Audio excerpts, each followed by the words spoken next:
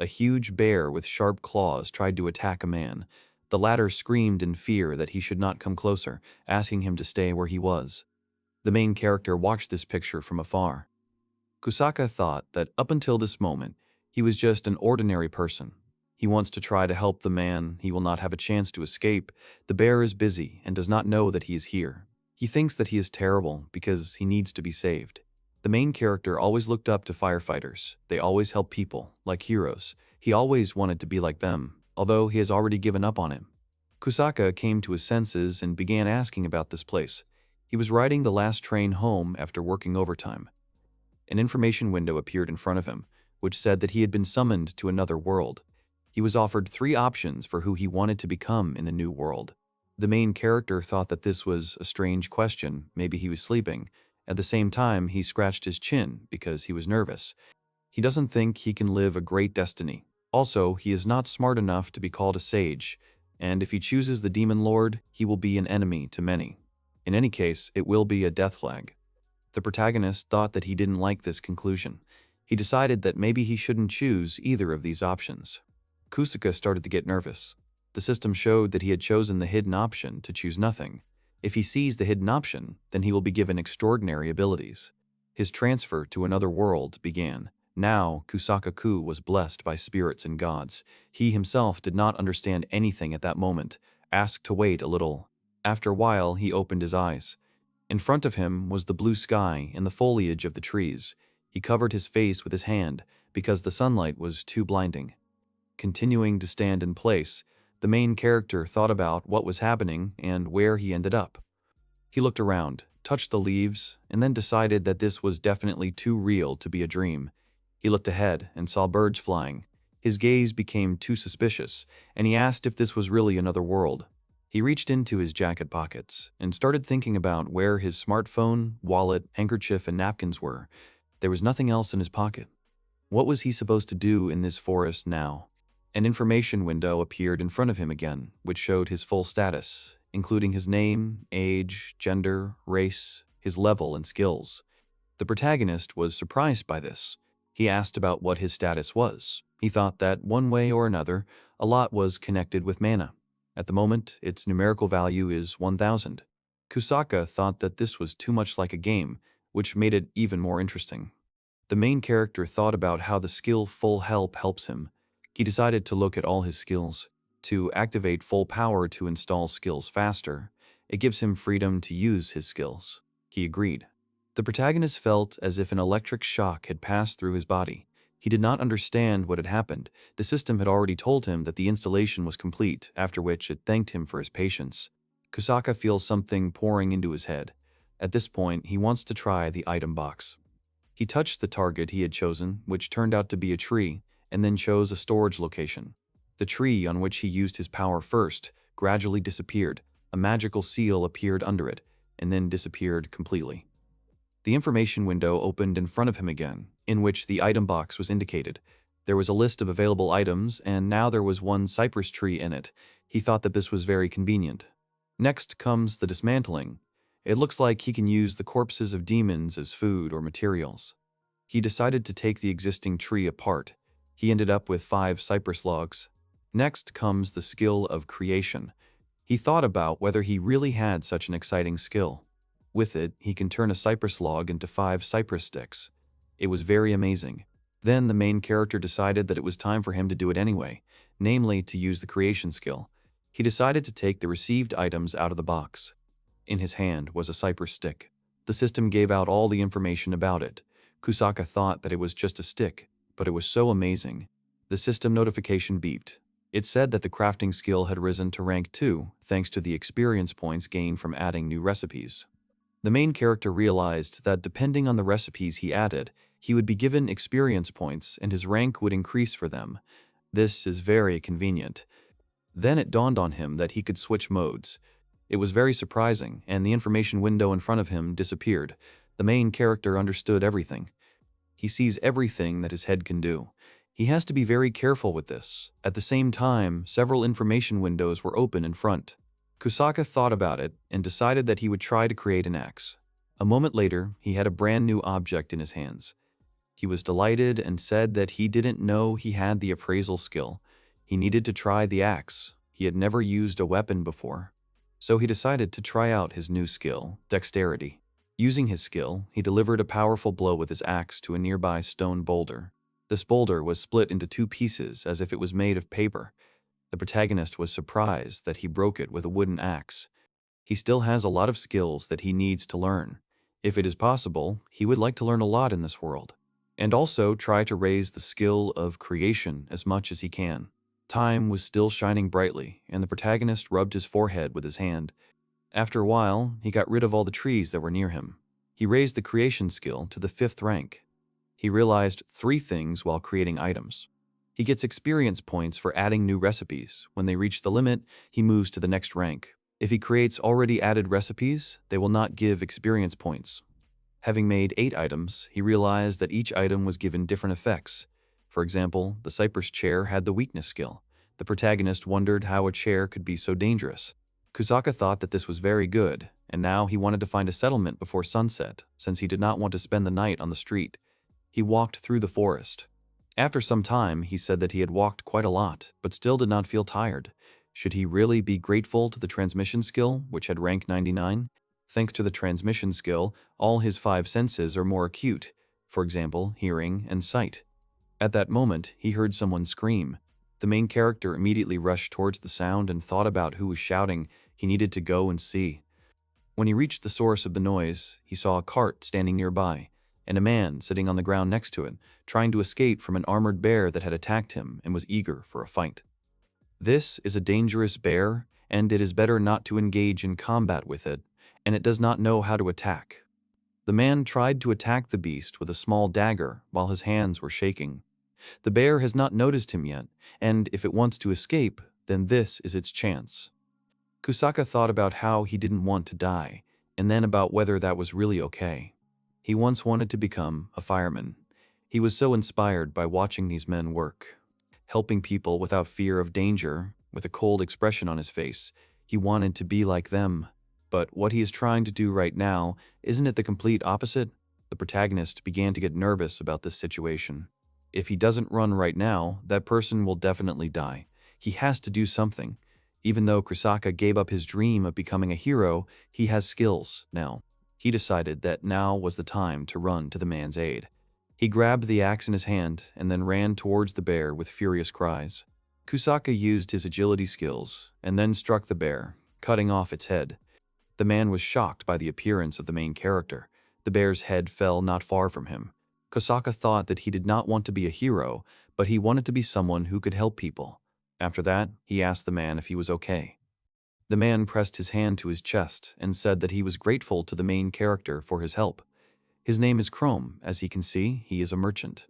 The main character said that his name was Kou, but he thought to himself that he should be honest with the merchant, since he wanted him to show where people lived and not seem strange.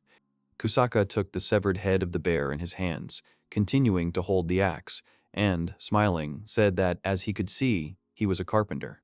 The man became nervous. He answered negatively. Then he said that he really did not look like a carpenter. Then he asked the protagonist if he made this wooden axe himself.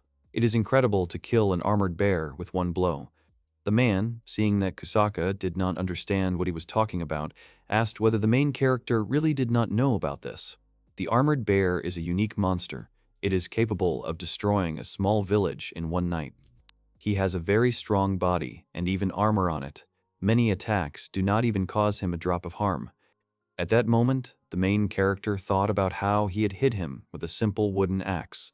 He asked out loud if he had really done something so amazing. The man answered positively and then added that in any case the sun would soon set and he needed to quickly return to the city. He had his own mansion in the city, and if he wanted, he could stay with him. The protagonist asked if all his things were in that cart, to which Chrome replied that the mercenaries and horses had escaped during the attack. Unfortunately, he had no means of carrying them. Kosaka realized that he could help him. He smiled at the man and suggested that he move all the things into his item box. Chrome was surprised by his offer. Then the man said what he wanted to see, after which he asked if there would be any problems, to which the main character smiled and said that everything was fine. Kosaka touched the man's carriage and used his storage skill. A moment later, it disappeared. The man was surprised and then addressed the protagonist by name. Chrome asked him where he came from, to which the main character said that he was just an ordinary carpenter, to which the man said that if he was ordinary, it meant that the world was ruled by carpenters. Kosaka started waving his hands and talking about how he had lived in the mountains before and practiced there. That's why the man slightly misunderstood him. After some time, they began their journey to the city of Onin. Returning to the city, the main character collected a lot of information. There are two types of skills: talent and intelligence. Skills are present at birth and cannot be increased. Each person is limited to 3 skills. These people do not know this information. They also do not know what a level is. When killing monsters, their growth in strength is not expected. The main character's abilities are abnormal. He wondered if he was really that strong. Then an idea came to him. He turned to the man and asked him if it was possible to meet monsters like the armored bear. Why didn't he hire people? To which the merchant replied that this rarely happened. Chrome said that he hired adventurers, but when they saw the armored bear, they got scared and ran away. The main character was upset. He thought that these men had left the client. This was some kind of very terrible story. The man said that he usually hired good adventurers with a good rating, but it turned out that they ran away. He would discuss this with the guild leader later. The protagonist thought that the guild allowed such irresponsible people to accompany others. It seemed wrong. At that moment, Chrome called out to him and said that they had come to the city. Kosaka was delighted and thought that this was a city in another world. He wondered if there were elves or half-humans in this world. He was so excited. At that moment, they saw a group of people near the gate.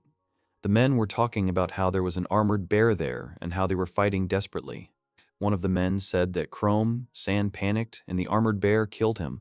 The dark-haired man said that if only he had the strength to protect him. The protagonist scratched his chin and realized that the adventurers had simply run away and were now lying to save their own skins. At that moment, one of the soldiers saw Chrome, San. He called out his name.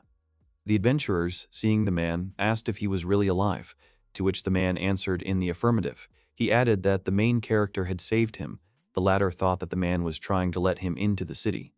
Kosaka realized that this was the right moment to show his intentions. He took out the bear's head and said that he was a carpenter and had defeated the armored bear. The whole crowd shied away from him. One of the soldiers said that it definitely didn't seem like a lie. The main character chuckled in satisfaction. Then the same soldier turned to the adventurers and said that they had reported that the merchant was dead, after which he asked what they meant. The men immediately hesitated when answering the question. At this point, Chrome said that they didn't fight the armored bear, they just abandoned it and ran away. The soldier said that he understood. It didn't seem like a lie. He turned to the adventurers and said that they had abandoned a man to certain death, for that they could be imprisoned, they would have to interrogate them. At that moment, the dark-haired man broke free from the soldier's grip, and then ran at the merchant with a sword and said why all this was happening to him, that all this was happening because of him. The protagonist stood in front of the man, then put out a chair to block the adventurer's blow. The latter told him not to stand in his way. At that moment, Kosaka knocked the sword out of the man's hands, then hit him with a chair. The adventurer fell to the ground, and the protagonist thought that now he understood what this weakness effect was.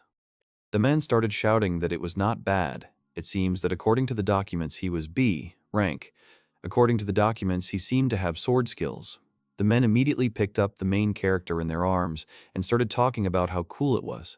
Some time later, Chrome and Kosaka were riding through the city streets in a carriage. The latter was thinking that he had been interrogated all night, but that was natural, since he had entered into a fight with one of the adventurers. It took a long time, of course, but he managed, however. He does not know if everything will be okay with the guild. One of the soldiers said that there have been a lot of problems with the guild lately. Now Chrome, San, is his supporter, and he can live in this city in peace. The man thanked him and told him to rest today. They were on their way to his mansion. Now he could not worry about a place to stay for the night. Then the merchant called out to him and said that they had arrived. The protagonist was stunned. In front of him was a huge mansion. Kosaka realized that the merchant was really very rich. When they entered the house, they were met by a large number of servants. Chrome asked him if he really didn't want to come in, to which the main character scratched his head and asked if he really could come in. After a while, a table with luxurious food was set before them. Then he was given a guest room, like in a luxury hotel, after which he lay down on the sofa.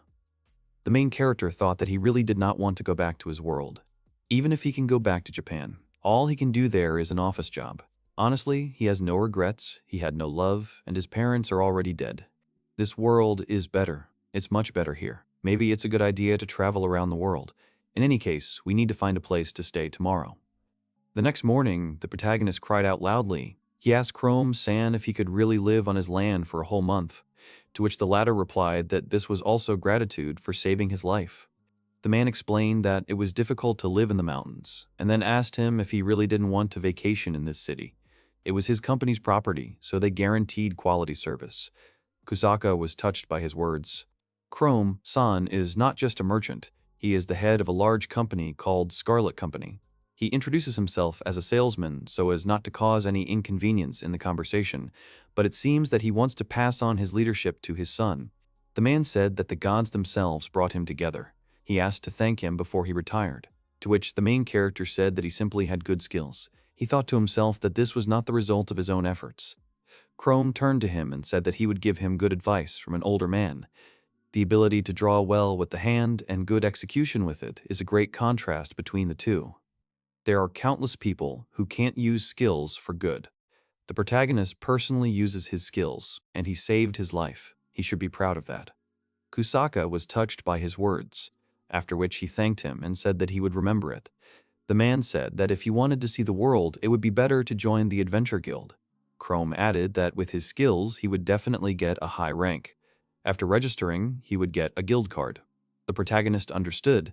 He said that he would do it, after which he added that he had already heard something similar somewhere. After some time, the protagonist decided to sort out the materials and skills. The system asked him if he wanted to put on the new equipment, to which he answered positively. The system immediately made changes. The next day, Kosaka came to the guild. The people suddenly fell silent when they saw him. They started asking if that was an armored bear, and another man concluded that this guy had defeated that adventurer at the gate. They asked what the bear killer was doing here. Maybe he came for someone. If so, then the slaughter would have already begun here. The main character thought to himself that he was a budding adventurer. Then he approached the table. The man who stood behind him first froze in shock and then said that he was not feeling well. He was replaced by another girl. She smiled sweetly at the protagonist and said that she welcomed him to the Onin City Adventure Guild. It was Secretary Amelia. She told Kosaka that he had cool armor, and then asked if there was anything she could do to help. The main character said that he wanted to register as an adventurer, after which he asked if this was possible. The girl, in shock, asked him again whether he really wanted to register. She then explained that he was simply well-equipped, and she thought that he was already an active adventurer from another country, to which he replied that he was simply a newbie. Amelia gave him a form and told him that he had to fill it out first, after which he would need to pass a practical test. The main character thought that both in the other world and in Japan the documents were so similar. He finished writing and gave the documents to the girl.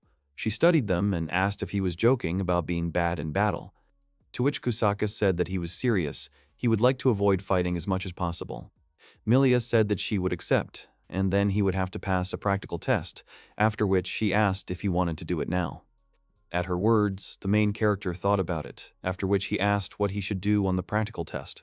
The girl explained that he would have a sparring session with an instructor, but today's exam would be conducted by a former A-rank adventurer. He often boasts that he is stronger than an armored bear, so the exam might be difficult. The protagonist looked over his shoulder and thought about why the other adventurers were following him. The crowd began to discuss the upcoming test, and someone even began to offer to bet money. He thought about how this was not a show for them. Amelia said that he doesn't have to win against the instructor in any case. Besides, he has nothing to lose. But if it comes to him, then it seems to her that he will win. The main character said that he would not forget about his defense, after which he summoned a huge hammer. He looked very determined. Kosaka thought that he liked this cypress hammer. It weighed more than 100 kilograms, but he didn't feel the weight due to the effect of the force. The main character tried to strike with a hammer. This created an airwave in the air that even reached the crowd of spectators. People thought that he could use such a heavy hammer so easily, as expected of a bear killer. Perhaps the instructor might die today. After a while, a man came to the field. He put his glasses on the table, after which he said that the main character seemed strong enough despite his age, but he would show him that there would always be someone stronger than him. Kusaka thought that he looked like a former adventurer. He was sure that he was strong enough. However, he would not let himself be defeated.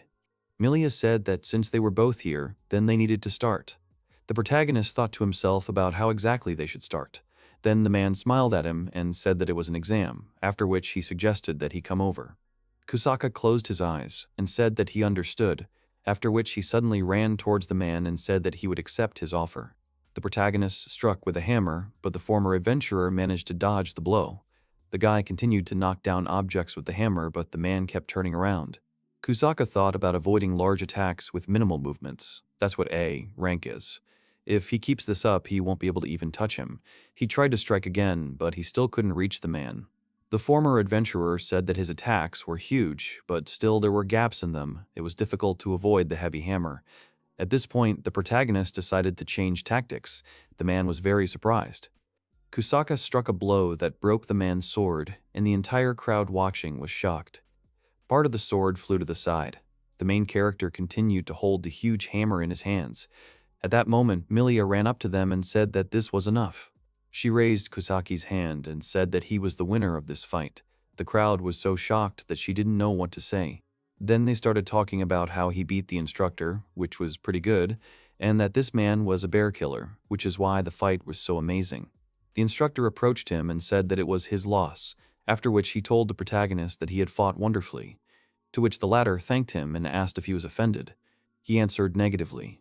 The man said that it was a special way to use the skill, a box of items. The world is really big, and he thanked him for showing it to him, then extended his hand. Kusaka shook it.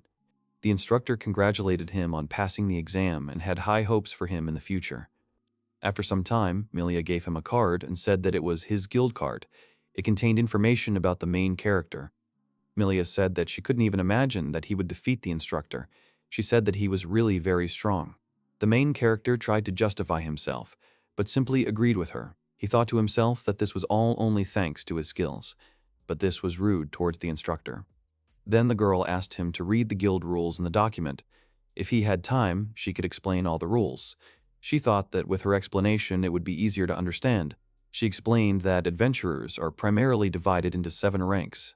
The guild increases its rank by completing quests and its history of completion. Milia showed 3 points that should not be done. These actions will lead to severe punishment, so never do this. He agreed. He will also be given a reward for completing quests. The first thing he wanted to do was reach B rank. He would receive monetary compensation for injuries, and after retirement he would also receive a pension. She asked him if he understood why he needed to rise to B rank. He said what he understood, after which she thanked him for listening to her. Kusaka thought to himself that if he thought about the future, he would not lose anything by getting B rank. But for now, he would focus on raising his rank. Milia asked him why he didn't take the quest to find and collect 50 Naos herbs. She highly recommends taking it. The protagonist thought that it was fast. He asked again about the herbs, to which she explained that they are very often used in medicine. The client is a healer. They often received requests for this, because the herb grows in an environment infected with monsters. The reward for 1 herb is 400 comms. The protagonist thought that then he could get 20,000 comms. This is quite a good job. Milia said that the demand for medicine is high, but there is still some risk. She also asked to listen to her, preferably in the first quest, but the newbie must be accompanied by another adventurer with a high rating. If he wants, she can negotiate with other adventurers. It's free. Kusaka asked if she would really ask someone. Was it really that easy? To which the girl replied that he should believe in her negotiation skills. Her success rate is 100%. The protagonist thought that he was glad that he became an adventurer without problems. He should thank Chrome-san when he could meet him again. He helped him join the guild and also gave him 80,000 comms with the words that he would definitely become a high-ranking adventurer. The main character thought that if there was an opportunity, he would buy things only in his company. At that moment, Milia called out to him and asked for forgiveness for the delay. Kusaka turned to her and blushed. He saw sunset red hair, crimson red eyes that sparkled like jewels, and dragon horns. A beautiful girl stood in front of him. She said that she had heard about the bear killer and was very happy to meet him. She also said that he could call her Iris. Kusaka bowed to the girls and introduced himself. He also thanked them for coming, being busy. He was counting on their instructions. Iris was surprised by his actions. The protagonist thought to himself that he did this, said out of habit as usual. Then he heard laughter. The girl told him that he didn't have to be afraid because they were both adventurers, so he could talk as usual.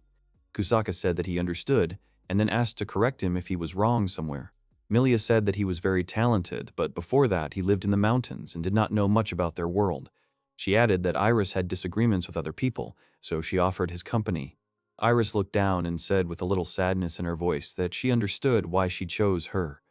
After some time, the main character and the girl went to carry out the task. The latter asked him what he thought they needed to do first, to which he replied that they needed to gather information. He thought to himself that when he played games, he first bought donut, clothes, and learned information. Out loud, he said that he knew nothing about the herb Naos. He also added that he would like to have a map of the area and find out what monsters live nearby. The girl agreed with him. She also said that if he prepares properly, the result will be appropriate, calling him a rising star. The protagonist said that she overestimates him. Iris said that everything he was interested in was written in the booklet that Milia gave him. He said that he would look at it now. The protagonist thought that the first part was data about the guild, but the second part was filled with information. It even described what materials are found in the surrounding area. He said out loud that it looked like a guidebook. Iris said that it was written by Emilia, who originally worked at the headquarters of the royal capital, but was now called to restore the guild branch. Milia must improve the current management atmosphere in the guild, and she is doing well at it. Perhaps she will become an executor in the guild headquarters. The protagonist thought to himself that he certainly understands that in other people's eyes he looks talented. Iris asked him if he wanted to know anything else, to which he responded positively. He asked where adventurer items were sold, other than armor and weapons. After some time, they came to the necessary store. He asked the seller for a rope, a torch, water containers, and flint. He also said that he would put everything in a box with objects, to which Iris asked if he had enough space. In response to this, Kosaka said that he had an endless box. The girl was surprised. The protagonist realized that a regular box only has a small capacity, to which the girl said that essentially no one uses this skill. She said that there are objects that fulfill her role much better. For example, she keeps her spear in this bag. All high-ranking adventurers have similar items, and his box is just crazy. The protagonist thought to himself that he has even more cheats besides the box. Now that he was fully prepared, he wondered if it was possible to complete the quest. After a while, they came to the Kello forest. The main character looked around. He tried to find the Naos grass. Suddenly, with his gaze, he found the necessary item. Kosaka turned to Iris and asked how to take it. The girl replied that when he takes it out, he must be careful not to damage the roots because they are important. Also, he should not pull too hard because he can damage the stem with leaves. Then the main character thought that it needed to be dug out, and then the idea came to him that it could be pulled out in a different way. Iris, watching the main character, asked if everything was okay, but he didn't answer her, but simply drew a magic seal under the plant. The girl closed one eye, and then saw that Kosaka had already pulled the grass out of the ground along with the root. She immediately called him by name and asked him what he had just done, to which he smiled and said that he had simply used a box and placed the grass in it. Now it would be much easier to collect the grass. Iris thought that she never thought that this skill could be used like this skill could be used like this. But the main character no longer listened to her. He saw another herb. This grass was different from the previous one. He asked her what it was, why there were some spots on the leaves, to which the girl replied that this grass is Naolana. At first glance, it seems that this is the grass Nios, but these are two species. They are distinguished by red spots. Iris said that this is why it is a difficult quest, although they grow far from each other. It often happens that you think you have found the herb Nios, but it turns out to be Niolana. To complete this quest, they will have to sit in this forest until evening, but they must be patient. The main character thought to himself that it seemed like it was time to use the skill.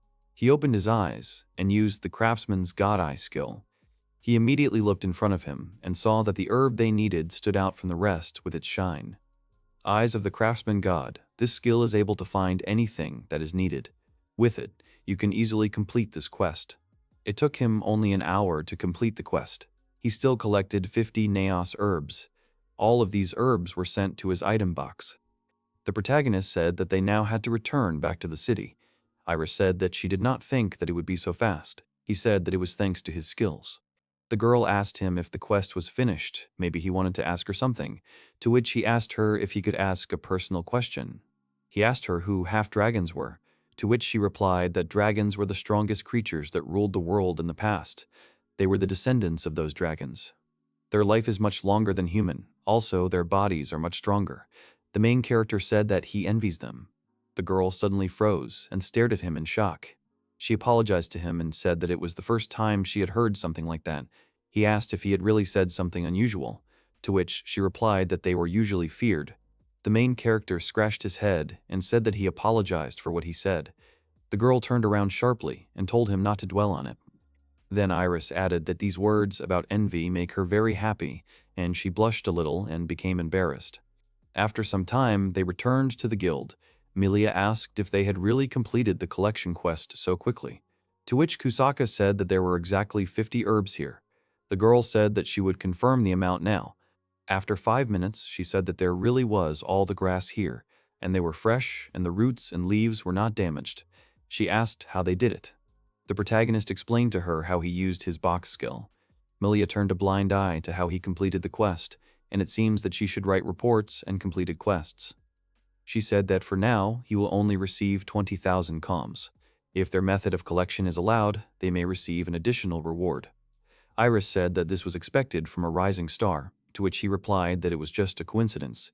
He also thanked the girl, thus he passed his first quest. Right now, he came to his temporary housing that Chrome-san gave him. He was ready to live in Shokotsutai. However, in front of him was a huge mansion. No matter how you look at it, this is not the place where an adventurer should live. He went inside, after which the main character was dressed in a suit.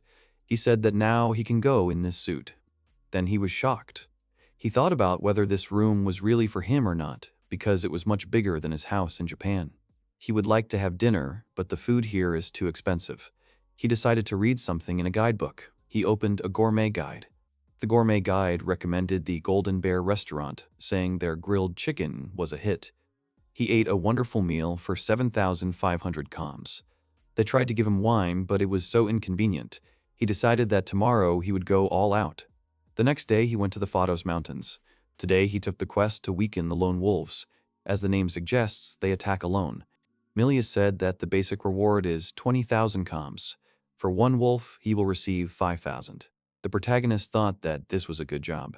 As expected, he did not find a single one for an entire hour. Instead, he found 3 types of materials: naos grass, lilium plant, and a wet mushroom. With the help of the creation skill, he can create a healing potion and a detoxifying potion. He requires a container for the liquid. Then he was asked to add the potion to the water bags. He answered positively. After some time, he created the heal potion. It restores health to the maximum and imposes invigorating feelings. It is very similar to the elixir. He tasted it and said it tasted like mint. It reminded him of a company that sold sleeping pills. Now he decided to make the next potion. Detoxifying potion. Instantly destroys all poison in the body. Reminded him of mouthwash. He also decided to taste it and thought that he hoped the rating was not lying. After a moment, he felt surprisingly good. It reminded him of the luxurious juice of grapes. Suddenly, a lone wolf appeared behind him. He turned around to face him. The latter began to growl loudly. The wolf began to come closer and closer, continuing to growl. The main character thought that he had finally waited for the lone wolf. A smirk appeared on his face, and he said that it was time for them to begin. Kosaka took out a sword from his bag. At that moment, the wolf rushed at him. The main character used the skill agility, thanks to which he managed to avoid the attack. He cut the wolf with a sword. Kosaka thought that his sword was very sharp. However, now was not the time to be surprised. He had to collect the monster's corpse. By giving the wolf's fur, perhaps he would get more reward. The main character thought that there were still 4 left and he would complete the quest, and the wolf didn't look particularly strong. He turned around and saw a large number of wolves appearing behind him. He said that should not these wolves stick together, they all decided to attack him. The main character immediately began to chop them with his weapon. He reached the 9th level and also received a new skill, Automatic Collection. He immediately decided to use the Auto Collection skill. This meant that he could automatically collect monster corpses, which was very convenient. With one blow, several wolves were defeated. However, there was no point in rejoicing because even more wolves appeared behind him. He was upset. The main character was thinking about what was going on here. Was he really a tasty morsel for them? How many more of them were here? In his item box, there were 2,031 wolves, 2 healing potions, and 2 detox potions. He thought about why lone wolves attacked in a pack. This was clearly not a normal situation. When he returned, he would report everything to the guild. He was walking through the forest when he heard another growl. In front of him was a lone wolf, a female. This wolf prefers solitude, creates a pair during the extra cycle, although it leaves the female when she is pregnant. The main character was in shock. He thought that the wolves themselves were constantly running away. He cannot say that he is not responsible for the current situation. However, he still does not want to be their prey, so he used his weapon against this wolf. He reached level 16. Health, mana, and physical indicators were improved. Today, he has already raised his level several times. As his level increases, his skills improve. In this case, he needs to continue to raise his level. After some time, he reached a pond. He stopped and thought that maybe he should rest.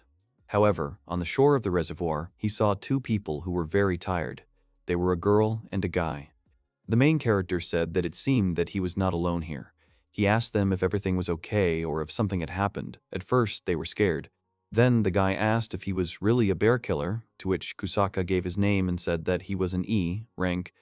He was told that it would be better to go down the mountain as quickly as possible, to which the main character asked if a bear had really attacked them. To which the guy replied that this monster looks like a giant spider, and it is also huge in size and moves quickly. He thinks it is a black spider. The girl said that the black spider is a dangerous monster. If it is really him, then he must live in the depths of the mountain. However, he showed up today. Kosaka realized that they were doing a collection quest, but then they had bad luck and encountered a black spider. This is not a monster that beginners can defeat. The girl said that they met an A rank adventurer. It seems she was half dragon. I think her name was Iris. The boys continued and said that the black spider is a monster higher than A rank. It is much scarier than the armored bear. They are indebted to Iris from Sembere. The protagonist thought about what Iris said about half-dragons being much stronger than humans, but at the moment he was interested in whether she was still alive. Kosaka asked if they remembered where the black spider was, and then asked them to tell him about it. The guy pointed in the direction with his finger and then added that they needed to go there. The main character resolutely said that he would find Iris, and the 2 of them should simply return back. The guy started talking about how it was too dangerous, to which the main character said that he was not going to fight alone. The girl said that she understood that they would go ask the guild for help. She asked to take care of Iris instead of her. The guy still tried to dissuade him from this idea, to which the girl replied that she heard the voices of spirits. They should let the main character go. The latter was surprised by her words. He thought about what he knew about them from anime and games, but not what they represent in this world. The girl said that spirits are invisible beings that hold power over many natural phenomena. She has the skill of spiritual direction. Sometimes spirits contact her. The guy said that spiritual direction has helped them a lot in the past and now, but he can't stop Kosaka if that's the case. He asked him not to overdo it. The girl asked him to be careful and then said that he was blessed by spirits and gods. The main character thought about Iris waiting for him. Kosaka quickly ran in the direction the guy pointed. While running, he decided to use the Armored Bear skill, and he also activated the Hearing Enhancement skill. He thought that he hoped it was not too late. She was still alive. He had to believe that. Kosaka considered himself a calm person, but apparently he does not understand himself. Even now, his heart twitches. At that very moment, he heard some sound. He stopped abruptly and began to turn around in search of the source. Then he decided to go and have a look. Kosaka made his way through the thickets in the forest until he reached a wasteland. He saw that something huge was raging here. He assumed that it was a black spider. When he got to the right place, he saw Iris lying on the ground. She was unconscious. Kosaka thought that thank God she was still alive. Then he wondered where the spider was, since it had left its victim behind. Perhaps it was a trap. At that very moment, a huge spider appeared from the ground. The main character, looking at it, thought that this was that monster, the black spider. He thought about the spider's agility, resistance to magic, and also poison on its fangs. He also used Iris as bait, which he researched to expect from such a monster. However, he did not expect that the monster would suddenly attack him. He managed to run away at the last moment. The spider began to attack him non-stop. The main character tried to avoid all his attacks. It was dangerous. Kosaka struck him several times with his sword, but when he looked, he saw that he had escaped with a mere scratch. He could not deal him a fatal blow. The protagonist looked over his shoulder at the girl and then thought that he had to save her. He needed to finish off the monster before it was too late. While he was distracted by his thoughts, the spider decided to attack him with a loud cry. The main character did not expect this, so he was unable to escape the attack. From this blow, he flew a great distance and took down a whole tree with him. He thought to himself that the attributes of his armor saved him. During the flight, he accidentally dropped his sword. He thought that he needed to create another one as quickly as possible. However, Kosaka did not have time to do anything, as the spider decided to attack him with its web. It was a very strong pressure. The main character thought that he was caught. It was bad. It was bad. At the moment, he can't use anything. He can't free himself. Kosaka thought that he would die if he sank his fangs into him. He decided that he needed to focus and find a way to get out. And suddenly, an idea came to his mind. He thought that he could get out if he put the tree in a box. Then, suddenly, there was a sharp flash of light.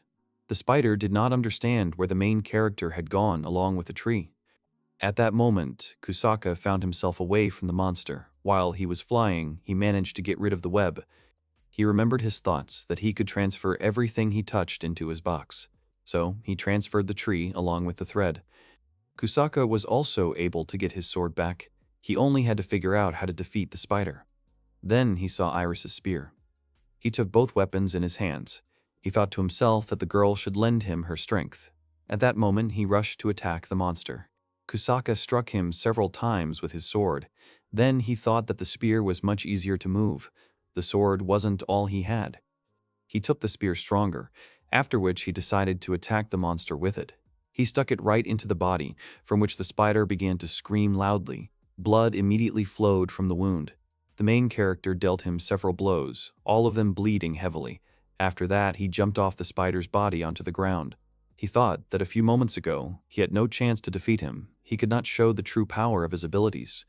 The monster turned on him and then began to run away. However, the main character did not let him do this. He immediately decided to catch up with him, after which he stuck Iris's spear into his head.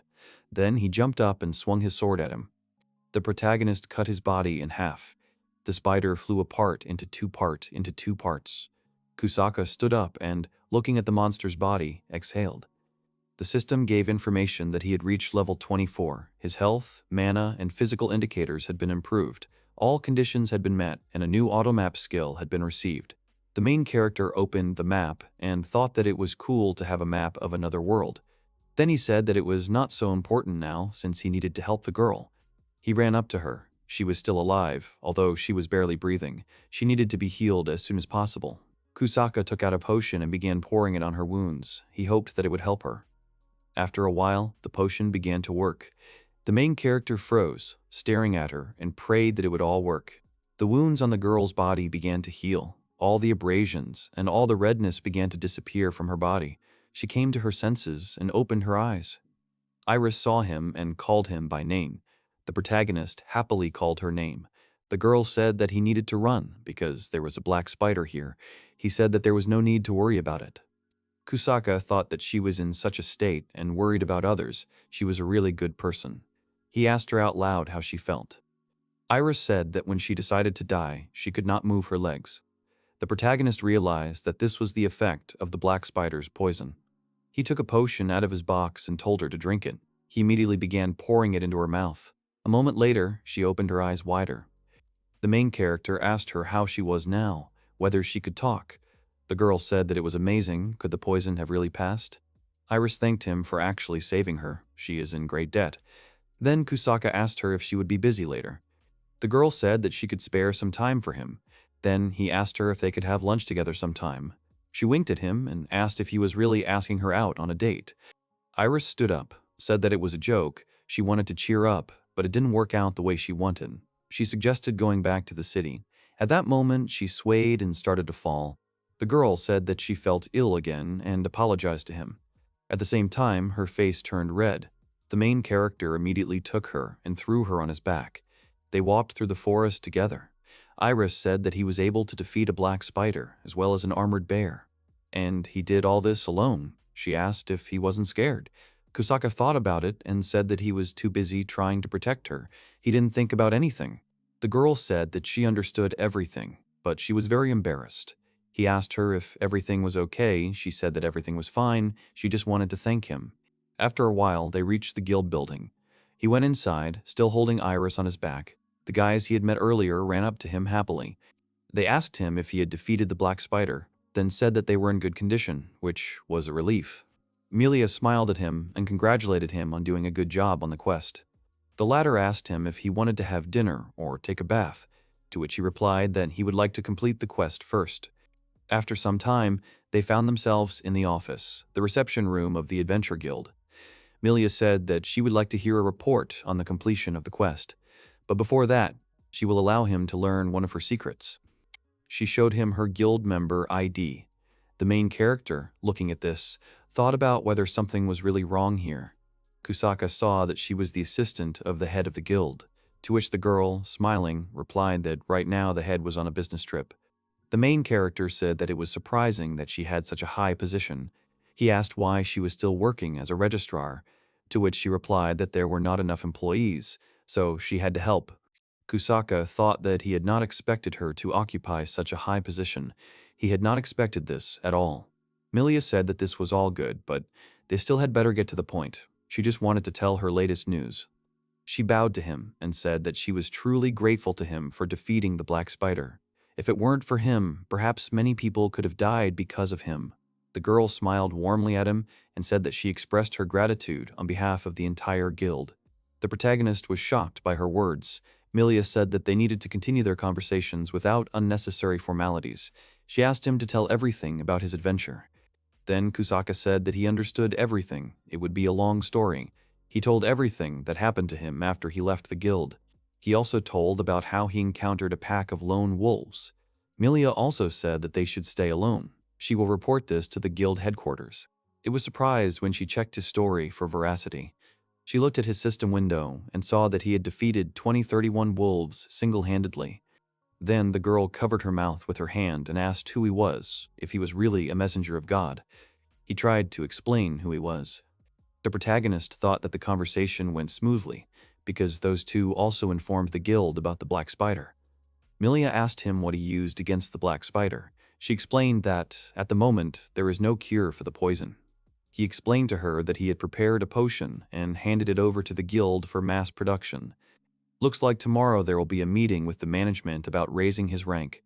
Melia said that he defeated the Black Spider and the Armored Bear. His achievements should be recognized. In addition, Kosaka will be rewarded for defeating monsters that are a rank higher than him. The Black Spider should cost around 5 million comms. The protagonist was shocked. He asked if it was too much, to which she replied that usually a team of adventurers is formed to hunt the Black Spider. At the end, the reward is divided equally. If you think about it, when they were approaching the city, they were met by a group of adventurers. When they saw them, they said that thank God that they were okay. The main character anxiously asked about Iris, because she sacrificed herself to save someone else's life. Melia smiled at him and said that they would reward her well. The guild always rewards such actions. She is currently submitting a report on the completion of the quest. The protagonist was going down at that moment. He met the instructor with whom he had fought. The man told him that they had not seen each other for a long time. San said that he had heard a lot about him because he was able to defeat the Black Spider alone. This is a talent that is born rarely. Kosaka said that he overestimates him. The man asked if he was free now, to which the guy replied that he was free but was going to go to the tavern for dinner. San was delighted and said that this was very good. After some time, they came to the tavern. The man shouted that they should meet today's star. There were a lot of people in the restaurant. They all started shouting that they were waiting for him. They didn't know what to call him, the bear killer or the spider killer. The main character blushed and smiled sweetly. He thought to himself that this city made him feel like he was already one of them. When it was 11 p.m., the protagonist turned around. He saw that Iris had come to the tavern. He asked her if she had already woken up. Everyone in the tavern turned to look at her as well. The protagonist wondered if all people really avoided half-dragons. He wondered if there was anything he could do. Kosaka ran up to the guy he had met earlier and told him to get up. He said that Iris had come, after which he asked if she had saved him from the Black Spider. He confirmed these words. The guy immediately called out to Iris, and together with the girl they bowed and said a big thank you for today. The girl was very surprised by their words. The main character also joined in and thanked her for today. He handed her a glass with a drink. After that, he addressed each person. Kosaka said that he is not the only hero today. Iris went against the black spider alone and all, so that these two could escape. The main character smiled and, raising his glass with the drink, offered to drink to her bravery. The girl next to him stood in shock. Everyone in the restaurant raised their drinks to her and said they would drink. Kosaka thought to himself that he hoped that at least someone would accept her because of this. The main character got used to living here, although there were some minor showdowns. After some time, he received his first promotion. He was promoted instantly from F rank to D rank to D rank. The girl was very happy to announce that it was the fastest promotion in history. In order to obtain C rank, he needs to not only fight monsters and collect materials, but also complete city quests.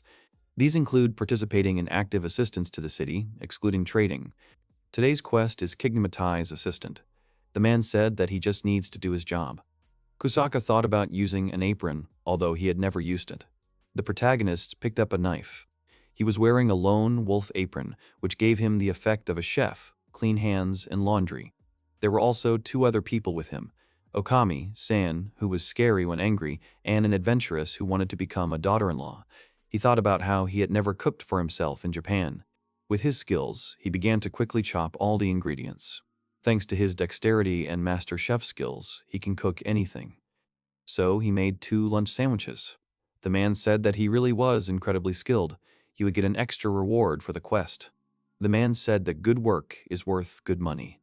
The main character started to cry. The man thought that he had come across something sharp. The second quest he had to complete was to help with the construction of the city wall. It was under active construction. Due to the population growth and the state of the wall, it was torn down and rebuilt. This was the 5th quest today that he had been personally asked to complete. The man with a helmet on his head and a hammer in his hand said that today he would again count on him. The main character's job was to clear out the trash. He used his box and sent all the trash there. After that, he went to the eastern part of the city, where the dwarf workshops are located. When he arrived there, a large pile of bricks lay in front of him. He also used his skill to carry bricks. The men offered him a drink before they returned to work, to which he replied that he was passing, as he had a quest to complete. With that, he completed all of the quests for today, then went to the guild to hand in his report. The entire reward was written out to his account. Melia said goodbye to him on this. Iris was waiting for him near the exit. She said that he had done a good job. Then she asked if he had done everything, to which he answered positively, then asked about her. She said that she had done everything too, after which she suggested having dinner together if he didn't mind. He said that he didn't really feel like eating meat today, to which she replied that she knew one place. She invites him almost every day.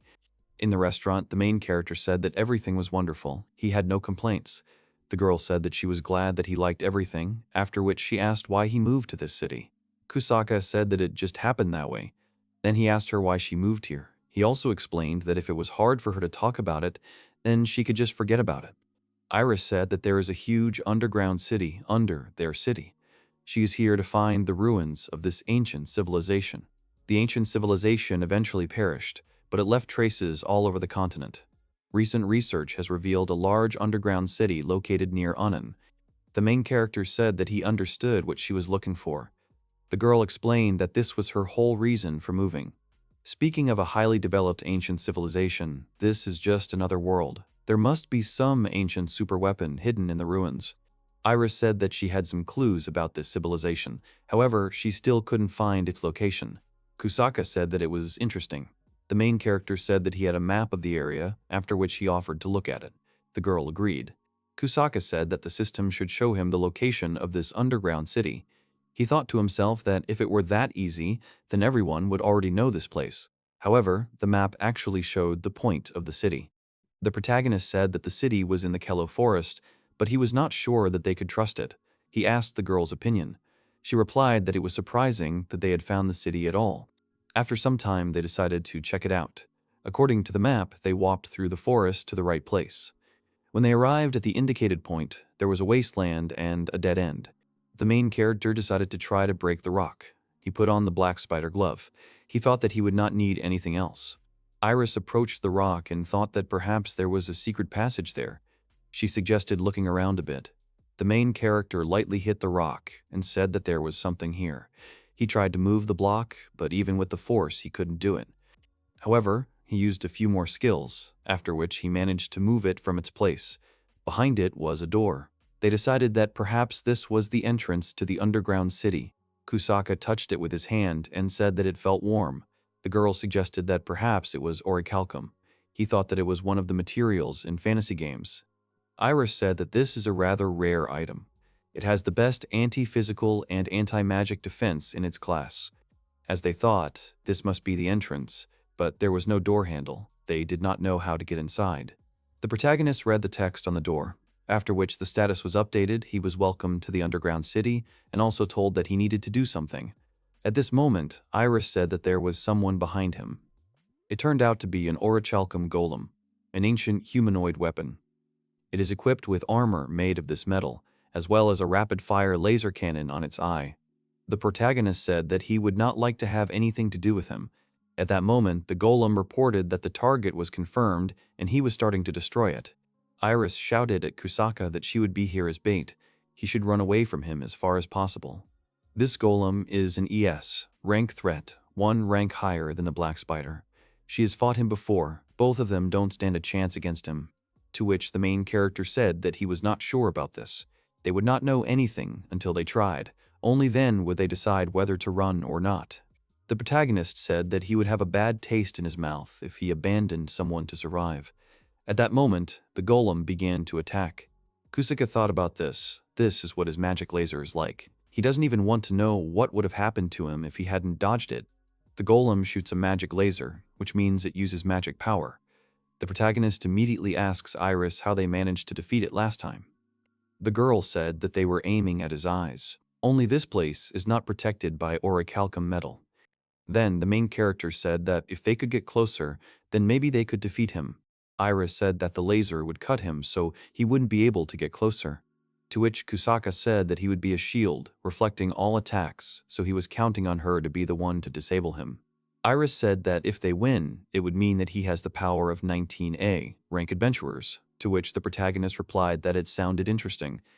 Kosaka and Iris began to move towards their common enemy. The golem, of course, noticed them and began to attack with a laser. At that moment, Kosaka put his hand, clad in a glove, in front of him. The black spider glove gives a magic absorption effect. With this, it will simply absorb his magic laser. The protagonist covered Iris with his body while Golem attacked them. The latter failed to reach them. Then Kosaka shouted at the girl to start acting. Iris listened to him, after which she flew out from behind the main character and stuck her spear right into the enemy's eye. The latter swung at the girl, but Kosaka said that he would not allow it. The main character didn't just absorb magical power. He used the Black Spider thread skill to turn the absorbed magic into a thread. At that moment, Iris struck the enemy in the face with her spear again, completely disrupting his functioning. He fell to the ground. The enemy disappeared. The girl said that he switched off. They defeated him. The main character reached level 38. The victory over the golem was confirmed. The main rights to the underground city were transferred to him. Kosaka wondered if he had really become the owner of the city. He wondered if they would be able to open the door now. The girl thanked him for protecting her, because thanks to him, she was alive. The main character also thanked her, because he couldn't have done it alone. Iris said that she couldn't have done it either. The girl smiled sweetly and said that they work well. Perhaps they will become a good team. The door checked their magical patterns, and then greeted him. The gate opened, and they decided to go to the underground city. In front of them appeared footage of the main character. It showed that he had the skill of automatic collection and boxes for items. At this, Iris suggested that perhaps he was a transmitter. They even have one legend, a strange entity that came from far away, possessing an excessive amount of skill. Kosaka said that it made sense. He said that he really was, but asked to keep it a secret. Iris said that she understood, although she would like to know the details of where he was from. Kosaka wondered whether she would believe him if he said that he came to them from another world or not. Out loud, he said that this was the most distant place that could be imagined. Iris asked for forgiveness and suggested just forgetting. He said that everything was fine. It was just hard for him to talk. The girl said that their feelings were mutual. Kosaka asked for forgiveness for all these secrets, to which Iris said that she was not against it, and also added that she could trust him. In any case, he suggested that she look ahead, because it looked as if this long tunnel was coming to an end.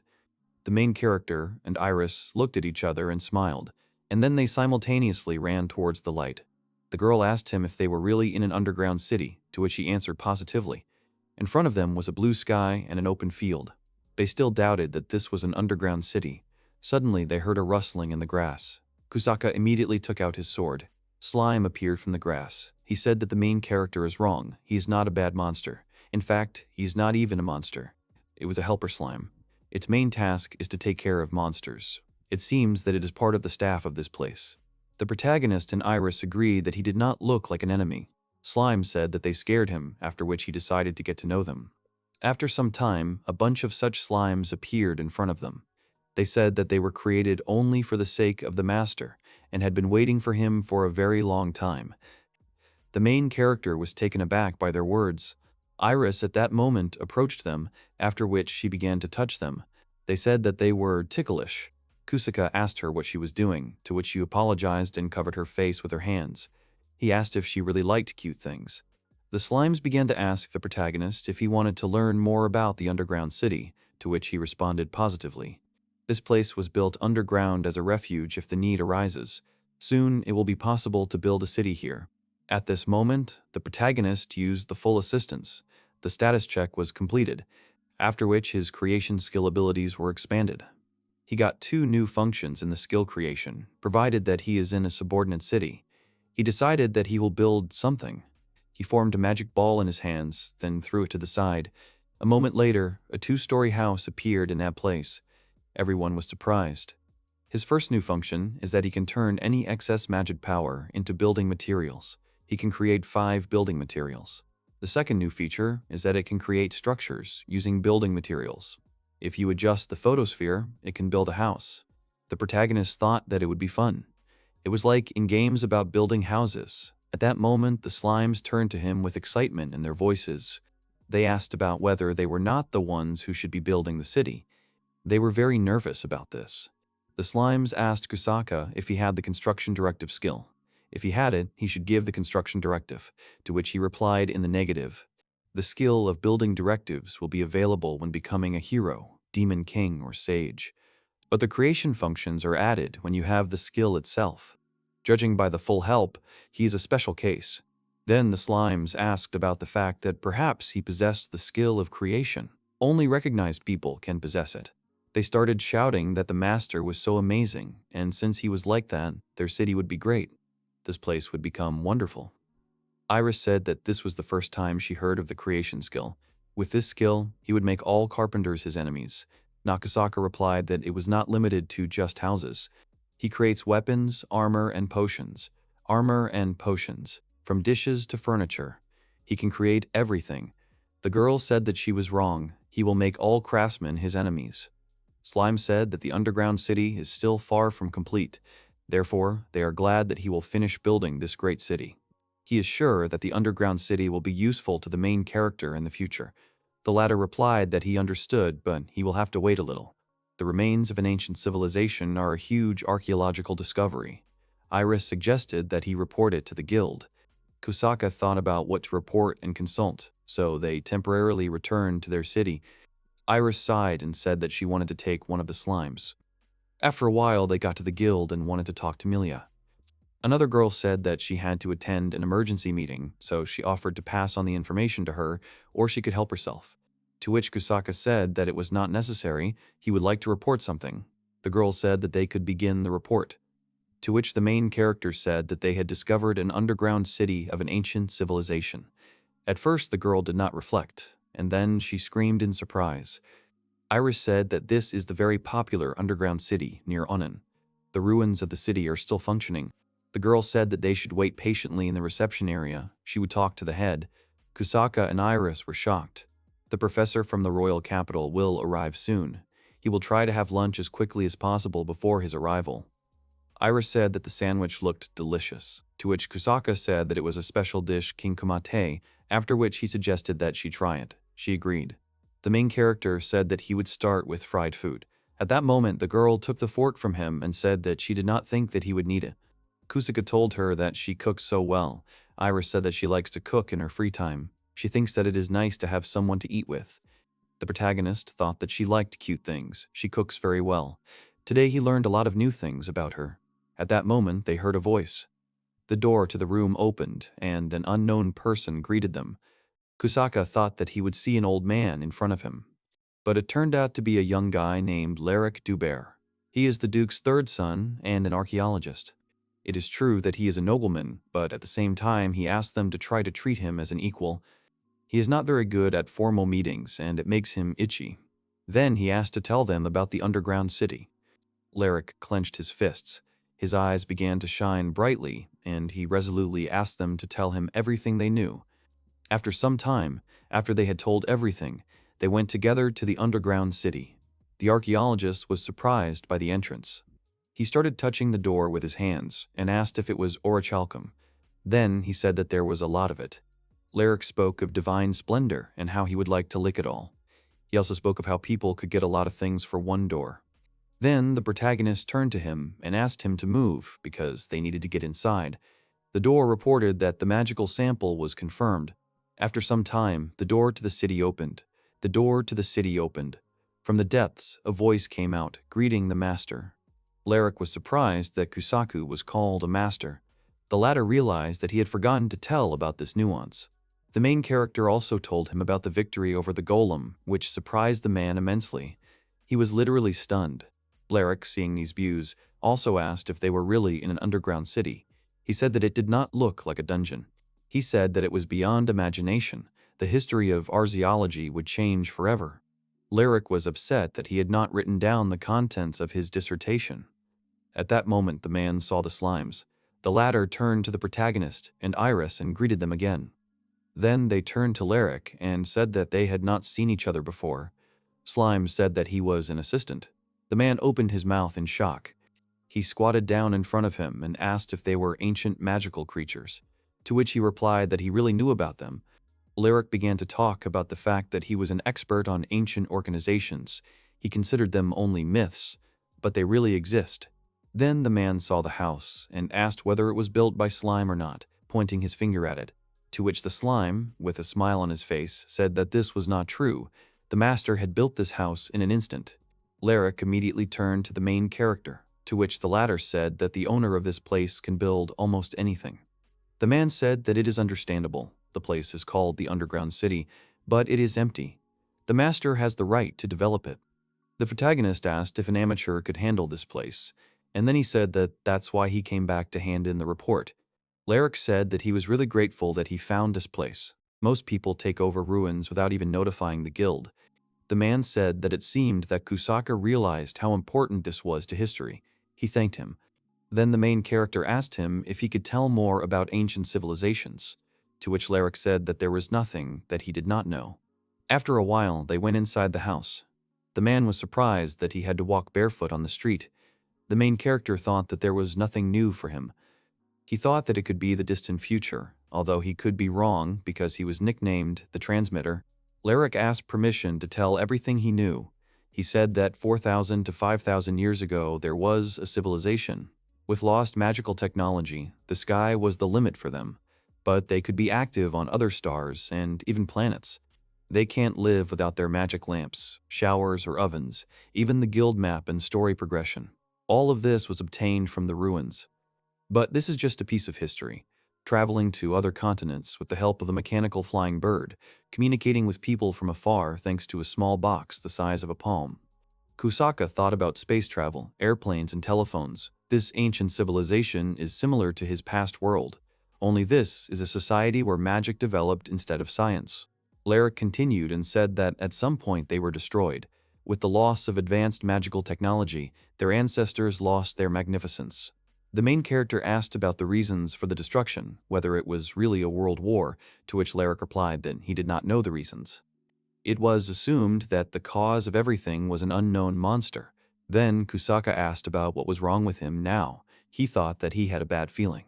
To which Iris replied that this disaster was mentioned in the legends of her people. Both their people and humanity united against this disaster. It was a crushing battle. Their people lost everything they had. After the disaster had turned into rage, it fell asleep somewhere in this world. Despite the magical technologies, the civilization still perished. The disaster may awaken in this century. At that moment, a slime came up to them and laid a table full of food for them. He said that they could take whatever they wanted. The main character speared the food with a fork. He tried a piece and said that it was delicious. Iris was also enjoying the food nearby. Lyric said that he envied his ancestors because they ate this every day. Then he asked where the slimes got the ingredients and utensils for eating. Slime replied that they, as assistants, have a skill called item box, which is linked to their body. Then the assistant opened his mouth and began to demonstrate how and where he got all the available items. People were shocked. The protagonist thought that the ingredients they used were obtained from the mouth of mucus. Lyric said that they needed to go back to talk about the disaster. He had a proposal. Then he asked Kosaka if he wanted to build something. The man raised his hand and said that his first motive was archaeological research and his second was preparation for the future. Judging by the recent events, something might happen to Wanan, and if something does happen, this place will become a good evacuation center. Nothing bad will happen, and it would be nice to do archaeological research. Besides, creating a city-building game seems interesting. Now that Kosaka has been here for 30 minutes, his stock of building materials has reached 8,000. He can build houses individually, but he would like to try something. He created a huge sphere. Lyric asked him what it was. It looked like a construction egg. The protagonist launched the sphere onto an open area. At that moment, several dozen finished houses appeared there. Iris said that he was amazing, like a god incarnate, to which he replied that she was flattering him. It was all because of his skill. The girl said that she knows about the skill, but she doesn't think that there is any other stronger than this one. She wanted to say that he is a transmitter, but then she changed the subject and said that it was hell here. The slimes approached him and asked if they could fill the void inside the houses, to which Kosaka responded positively. The protagonist gave them tasks. He took as a basis the city of Onin with a residential area, a commercial area, and lands so that the city would be completed. Suddenly, Kosaka wondered what the creation skill was. He thought that there was much more hidden potential in it. Lyric joyfully said that today's discovery was incredibly huge for archaeology. He also reported to His Majesty about the two of them. At that moment, there was an unclear shaking. The protagonist, Iris, and the man were shocked by this. After some time, everything stopped. They started asking about what the shaking was, whether it was really an earthquake. And it was short, so it's very intriguing. At that moment, the slime started screaming that it was bad, something bad had happened, and then asked to follow him. After some time, they came to the place. Slime said that they were here. In front of them was a large black stele with a seal. Kosaka asked what it was, to which the slime explained that it had grown during the earthquake. Iris saw the pattern on the seal and asked if the golem had the same one, to which the protagonist answered positively. Lyric said that he realized that transfer magic was involved in this place, after which his body disappeared as soon as he touched it. Iris asked his opinion, to which Kosaka said that they could not abandon him, after which they simultaneously touched the seal. They found themselves in an unknown place. The main character used a map which showed that there was only one way. Lyric, seeing them, was glad. Suddenly, Kosaka felt something. He turned to the man and asked him to stand behind them, as there might be a monster here. At that moment, a slime in glasses appeared in front of them. He said that they were mistaken. He is not a bad monster at all. Slime adjusted his glasses and said that he was pleased to meet his owner. He is a bespectacled slime, a small version of the helper slugs. The protagonist asked what this place was, to which he explained that it was the deepest area of the underground city. One of the disasters they were watching was the Black Dragon. Kosaka asked if there were other disasters, to which the assistant replied that there were many. Lyric said that this was a shocking discovery, to which the slime said that he was going to say something important. This area is constantly supported, but if special conditions are met, the support will be cancelled. Then Kosaka asked about whether the Black Demon would be resurrected then. Slime confirmed it. The main character began to worry. He remembered that the Black Dragon is a creature that destroyed an ancient civilization.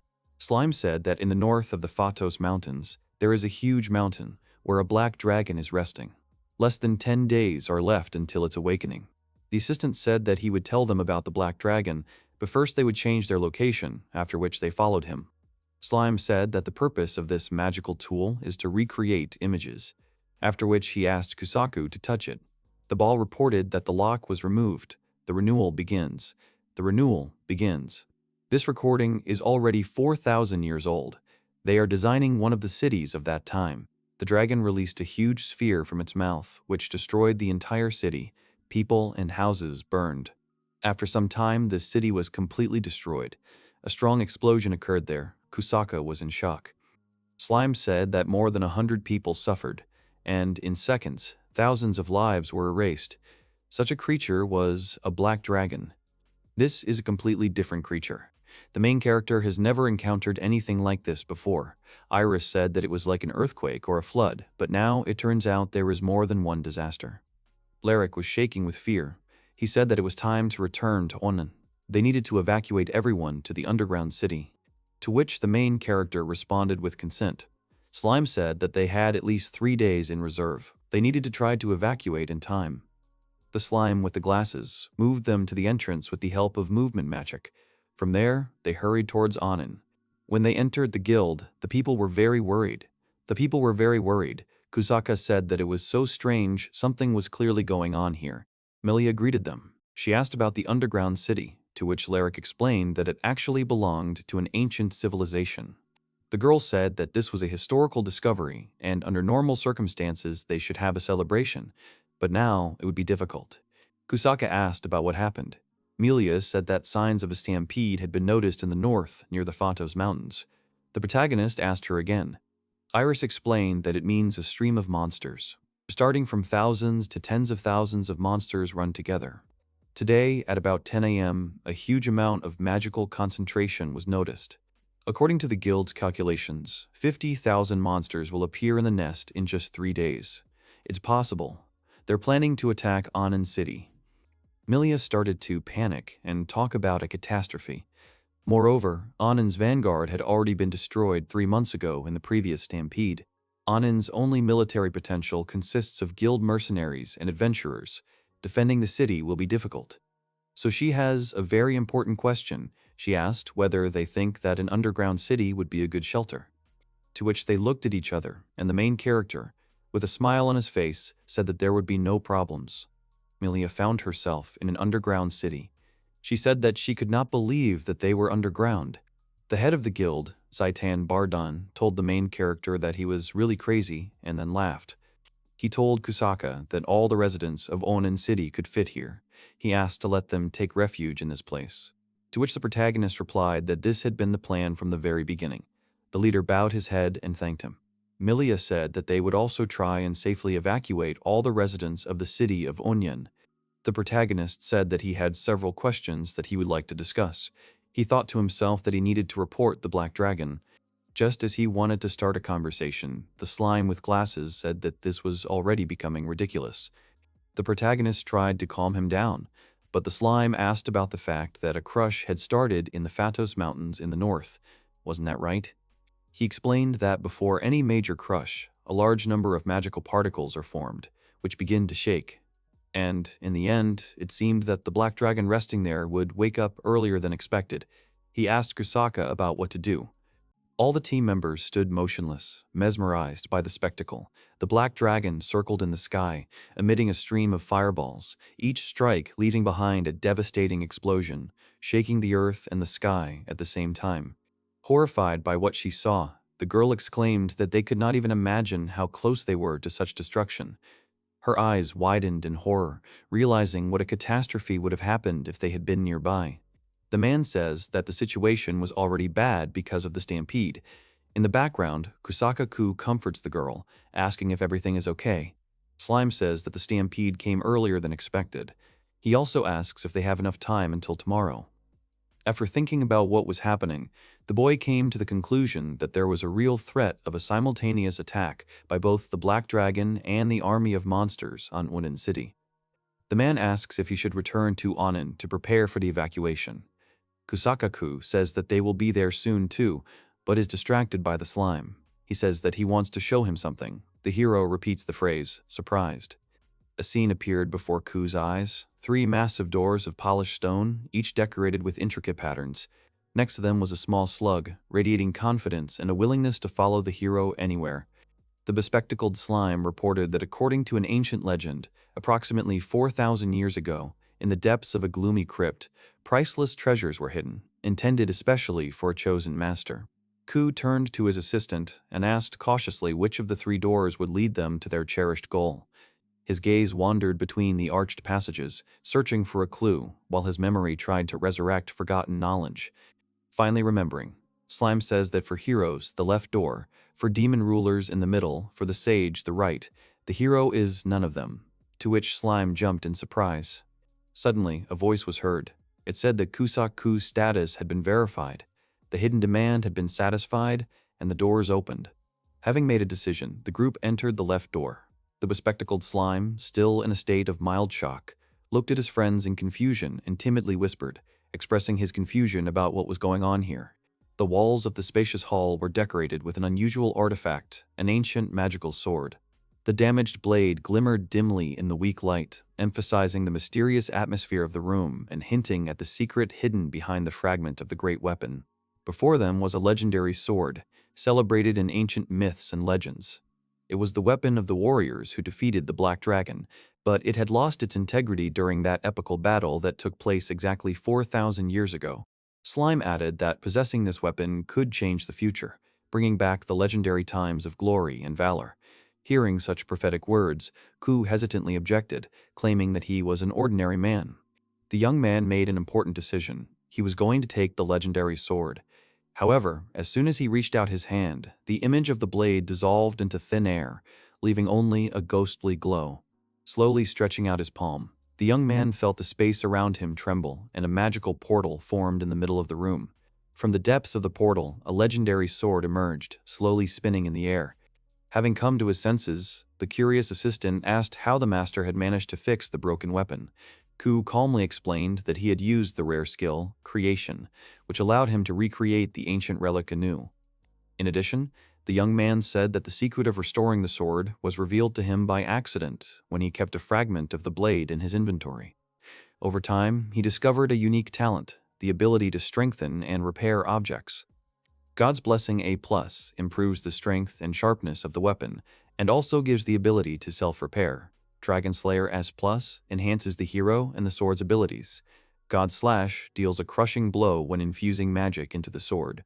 He created the perfect sword to slay dragons.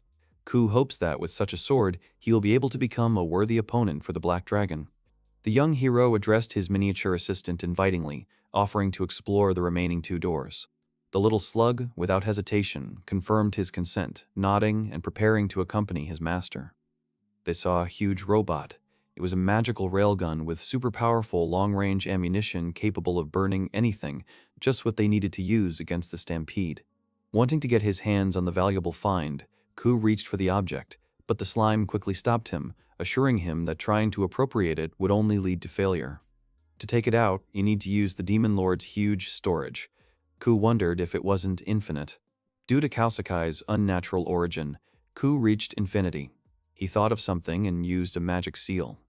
The hero summoned his loyal guardian Golem, who put an end to long doubts. The Golem, who acted as the decisive argument, appeared before the master with a characteristic rumble of material, saluting with a formal greeting.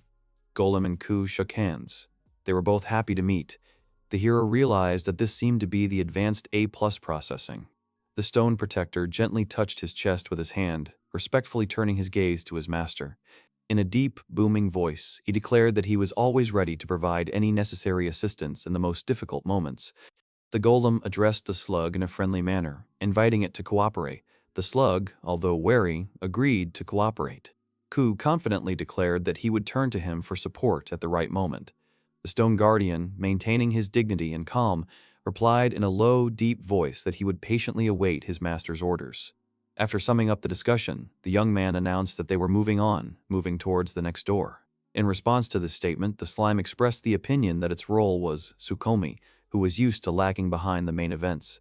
They found another artifact, an old, cracked shield. The sharp edges of the fragment indicated the many battles its owner had endured. Slug delved into the historical background, explaining that according to legend, this was the shield used by the brave heroes in the great battle 4,000 years ago, who confronted the Black Dragon himself. Kou concluded that the Black Dragon had broken it. Slime said that even the sage couldn't fix it. They decided to see if the owner could restore it. Slime thoughtfully considered how his master would be able to restore this artifact. The answer came immediately. The young man sadly admitted that he did not have the necessary skill and knowledge to repair it. The young man explained that the difficulty lay in the structure of the shield itself, consisting of many different components, each link of which required a special approach and knowledge. While the boy's thoughts were interrupted by the slime's ringing voice. To restore the product, it was necessary to obtain a rare stone, the ruby of the dragon god, which appears once every 10,000 years and is found exclusively in the hard-to-reach lands of the legendary Land of Dragons. After considering the information, Kou sadly concluded that he did not have time to travel to the distant Land of Dragons, as such a journey would require great expense and involve great risks. The presence of a powerful golem and experienced Graham will allow you to overcome any difficulties and gain the upper hand over the enemy, regardless of the complexity of the tasks. The slug slid gratefully towards its owner, praising him for his good work and confirming its loyalty to him and its desire to continue cooperation.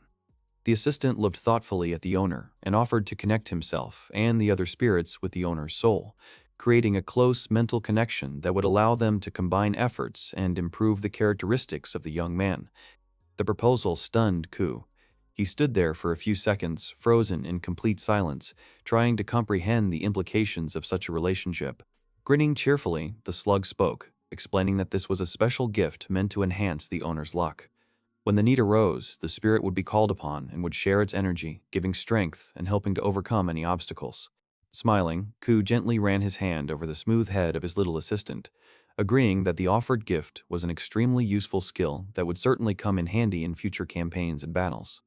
The idea of the essence of the spiritual world suddenly interested the young man.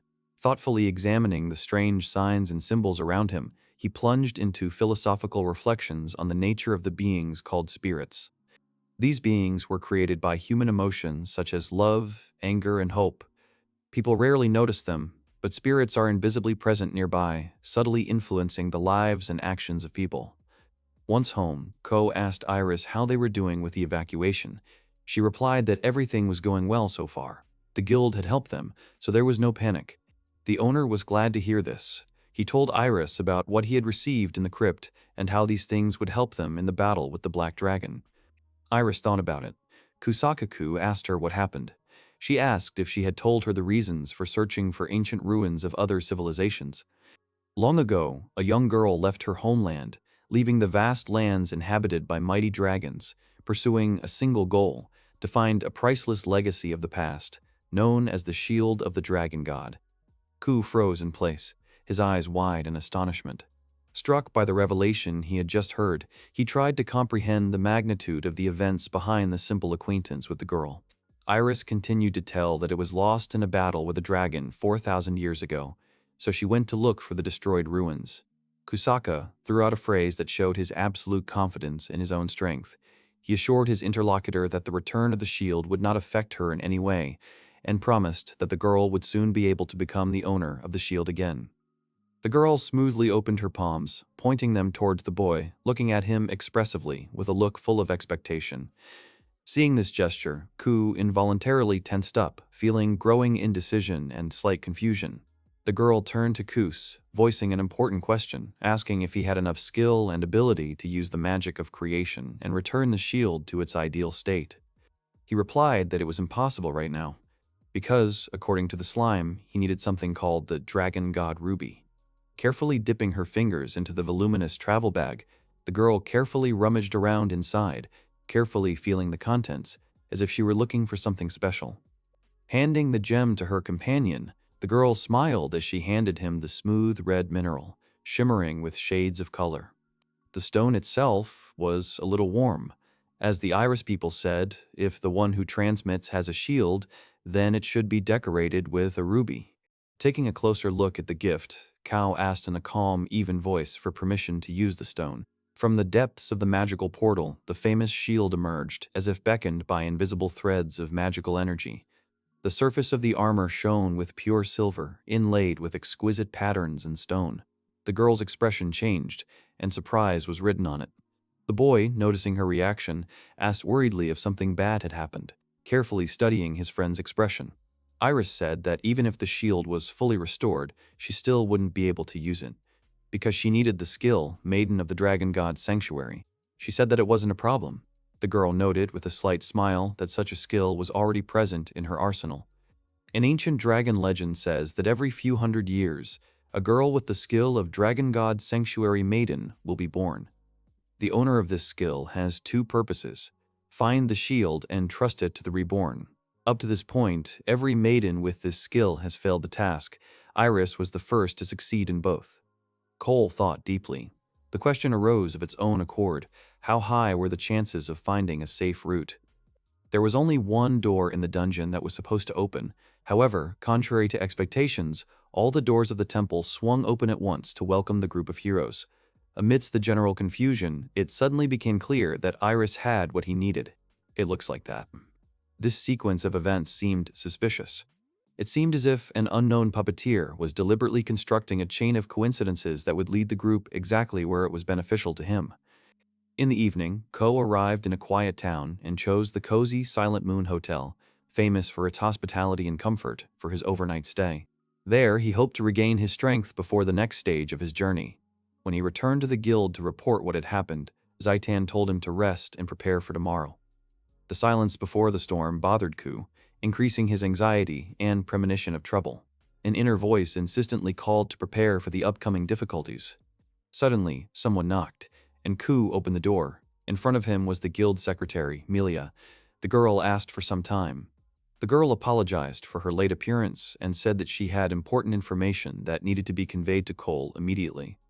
Milia said that if the Black Dragon appears, only Iris and Cole will have to fight it. The rest will just have to watch. Cole confirmed that he had heard similar prophecies from other people, claiming that only he and Iris could defeat the Black Dragon. He also said that while Iris and Ku would fight, the other adventurers would protect the townspeople. He went to the crypt to prepare. The girl nodded understandingly, but considering the situation dangerous, she quietly placed some object in Ku's hand. It turned out to be a ring. If someone from afar encounters a dragon, he must empty the vessel that holds the blessing of the spirits. Seeing the inscription, "First empty the vessel," Cole wondered what this phrase could possibly mean. The more he thought about it, the more questions arose, leaving the mystery unsolved. Cole asked Milia if she could read the text. The girl answered in the affirmative, mentioning that, thanks to a special skill, she is able to understand various languages and writings. She was told that this is how much perfume. Milia was given the ring by his grandfather, who said beforehand that this ring would have to be given to the one who was going to fight the dragon. Ku looked at the ring with confusion. A connection with the ring was suddenly established. Kosaka met the special requirements. The skill, Material Improvement, was opened. The girl asked him if he was cursed. The boy replied that he had probably acquired a new useful skill and intended to find out what powers it gave him. Milia stood motionless, her eyes wide with surprise. Until now, she had believed that special talents and skills were innate qualities that only a select few were granted. Milia realized that Ku was the hero she should give the ring to. She assured him that only he could unlock its potential. Ku accepted the gift and promised to use the power he had received with dignity. The ring fit him perfectly. The boy liked the ring. The girl felt relieved because she could give the ring to the right person. For this, she even joined the guild. The young man said not to tell him that she was going to leave now. The girl's determination was unwavering. She declared that she would not go anywhere until she had fulfilled all the duties assigned to her. She also plans to watch future exploits, assuming that the young man will be able to rid them of both the monsters and the Black Dragon. The boy said that she overestimated him. Milia believed in him and asked him not to worry. Ku sighed in relief. Suddenly, they yawned together. The girl said that his yawn was contagious. Ku said that it was time for them to go home. Milia suggested continuing the conversation during the day, but for now, they both needed to rest. She thanked the young man and said that she relied on him. The boy responded in kind. The next day, the young man sat on his bed and thought that the skill he had received yesterday helped improve materials of the same types. If he crafts 20 Fenrir skins, a recipe for a certain piece of equipment will appear. He received the Fenrir cloak. The Fenrir cloak has the highest resistance to magical and physical attacks. Since he received high-class equipment, all he had to do was give it his all in tomorrow's battle. Meanwhile, in the underground city, people began to greet the guests. Suddenly, Kou came onto the stage. He introduced himself to the people as an active adventurer in Anin and the master of the underground city. Kou realized that he had unconsciously started speaking so importantly, but it was too late. They have already arranged housing for the townspeople. Kou also says that you need to follow the guild's instructions and go to the houses assigned to the residents. People asked Kou if he was really a bear smasher. He said yes. People continued to say that he was strong and kind. Iris giggled. Kou was glad he got that impression. He felt good, if a little awkward. Suddenly, Melia ran up to him. She began to speak anxiously about how they had received a message from the scouting party. It said that monsters had begun to move from the northern ridge of Mount Phatos. Kou believes their rampage has already begun. Iris asked Melia how many people had already been evacuated. She replied that about 70% had. The boy realized that they would most likely not make it in time. The secretary says that although she didn't want to burden them anymore, she asked them to fight back against the monsters. The guys were for it. They set off, considering that they couldn't lose a minute. Iris and Kou stood right between the mountains and Unnan. The battle between monsters and humans would be decided here. Since there was nowhere to hide, the girl hoped that this would not be a problem. The young man reassured her. Kou summoned the golem. Since he wanted to blow everything up anyway, Iris said he was full of surprises, although it was all thanks to his skill. The golem greeted the owner and sensed that a riot was coming. The owner asked the golem if he could handle it. He answered positively. His eyes lit up and steam began to come out of his body. The robot thanked its owner for playing a key role in its endeavors. Kou agreed, and Iris, looking somewhere into the distance, called out to him too. A whole bunch of monsters ran from far away. The boys prepared to attack, and the golem waited for the master's order. Kou ordered the golem to attack. The girl was surprised by how strong the golem was. A large explosion occurred at the site of the attack. If the golem wanted, it could destroy an entire country. Kou's health and mana have increased. Even though the golem is killing the monsters, the experience goes to the young man. The golem said that the cooling is complete and he begins to clear out the remaining ones. The guys decided to join in too. Kou on the left flank, Iris on the right. Iris decided to make a bet. Whoever crushes the fewest monsters gets to treat them. The young man doesn't intend to give in. The boys scattered. Kou thought it was a good opportunity to test Fenrir's cloak. He used Grace of Speed EX. He also felt that time slowed down and there was a spider in front of him. Kou struck the spider in the abdomen with all his might. The young man cut the next spider into 2 pieces. Landing on the ground, he realized it took him 2 seconds. Incredible acceleration, but it takes 6 mana points. With his recovery rate at about 1% per second, you have to be more careful, Spider screamed. To prevent the spider from escaping, Kou decided to use Graham's God's Thunder effect. After he cut the spider again, his level rose, but it seemed like some ridiculous numbers. The more mana you pour into the God's Cut, the more range and power it has. Kou decided to try out the God S+ cut, but suddenly Graham stopped listening to him and pointed the blade of the sword upward. The Black Dragon has risen. Dragon Smasher S+ has been activated. The real battle has just begun. At this time, Iris was fighting the wolves using Dragon God Barrier EX. She pierced the attacking wolf with a spear. She was surprised that they never ended. The girl was surrounded by wolves, but suddenly Kou came running to her aid. He also apologized for stealing her loot and warned her that he was coming. Was visible on the girl's face. The golem suddenly called the owner and said that he would take care of the rest of the monsters, and they should concentrate on the battle with the dragon. The golem wished them luck. The boys thanked the robot. Iris said that they got along well, and Kou replied that it was because they were comrades in arms. The dragon was already close to them. Originally, it was hibernating in the mountains. They decided to set off on a journey, but a huge black egg appeared in front of them. The egg began to burst at the seams. The boys stopped abruptly. Kou realized that it was about to hatch. There was a sudden flash. A severely weakened black dragon appeared. It screamed. The only way to defeat it was to use the Dragon Smasher sword. This dragon can be a big problem. The dragon that promises the extinction of everything. The dragon looked at him with a piercing gaze and screamed. The young man winced at the loud scream. Even though all debuffs are cleared, he asked the girl if she was okay. Iris asked not to underestimate the dragon race. Kou exhaled after hearing this. Normal attacks won't do any harm to the dragon. It can only be defeated with this sword. The young man thinks that if he hadn't found Graham then, he would have run with his tail between his legs. He decided to test the sword. The black dragon hung high in the sky, and the young man couldn't reach it just like that. Kou took the sword and began to attack.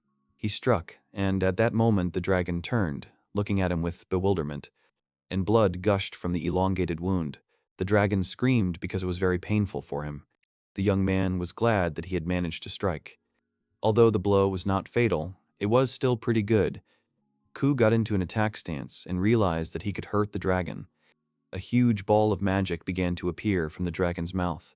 This greatly surprised and alarmed the boy. He said he was leaving it to Ares. The girl agreed. She will repay him for saving her and will always protect him. Ares protected the boy and herself with a shield. It was quite difficult. The dragon began to scream and circle in the sky. The boys became alert and looked up. This monster headed towards the barrier in order to destroy it. The girl activated the Dragon God's Shield EX again, but the barrier still ended up cracking. The dragon was confused because the boys had disappeared. The young man caught the girl so that she wouldn't fall. Ares thanked him. The dragon found himself tied up with 1,000,000 threads. He began to fall to the ground, and clouds of dust rose up around the boys. The dragon tried to escape from the threads. The girl wondered about the fact that they had defeated the dragon. Now all that was left for Kou to do was finish him off. Even though his mana was regenerating at a rate of 1% per second, he only had 40% left. So the young man decided to put all his mana into the final blow. At this moment, the dragon began to form a sphere of mana again in order to attack the boys. Streams of mana were advancing towards each other. While Kou was defending himself from the dust clouds, Ares appeared with a shield. She said that she would protect him. The young man thanked the girl. They both hoped that the dragon was no longer alive. They became wary and trembled, for the dragon's terrifying eyes were visible in the clouds of dust. The dragon spread his wings and screamed. The dragon, although wounded, began to rise into the sky. When he was already in the sky, the boys were surprised that the sky turned black. Kou suddenly fell to his knees. The young man felt dizzy, and his mana began to decrease. It dawned on him that the extinction dragon had activated a dark field. This skill drains the mana of all creatures within 2 kilometers.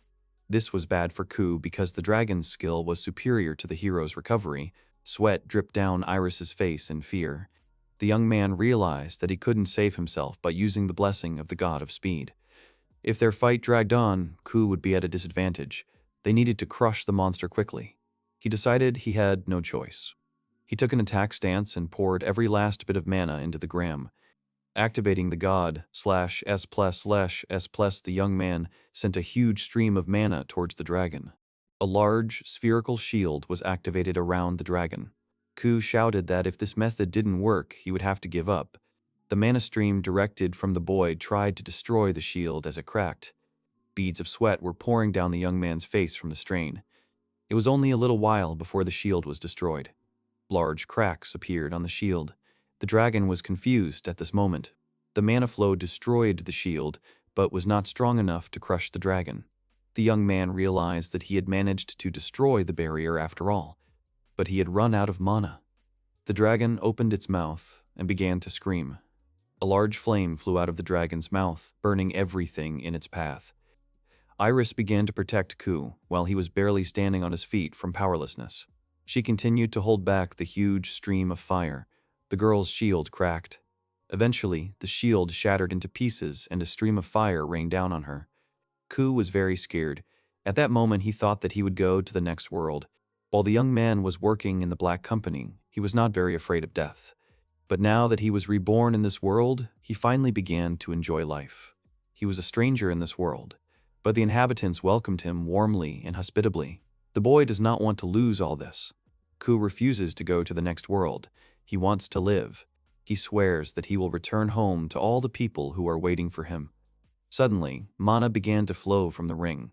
He remembered the words that if someone from afar encountered a dragon, he would need to use the ring. All conditions have been met. The spirit ring has been temporarily activated. Kou's mana began to grow even higher than a limit.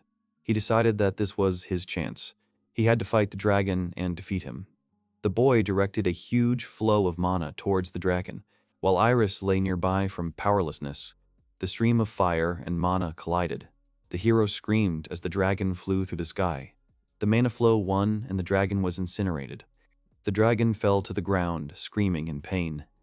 The monster began to attack the hero again, and at that moment he began to defend himself and attack.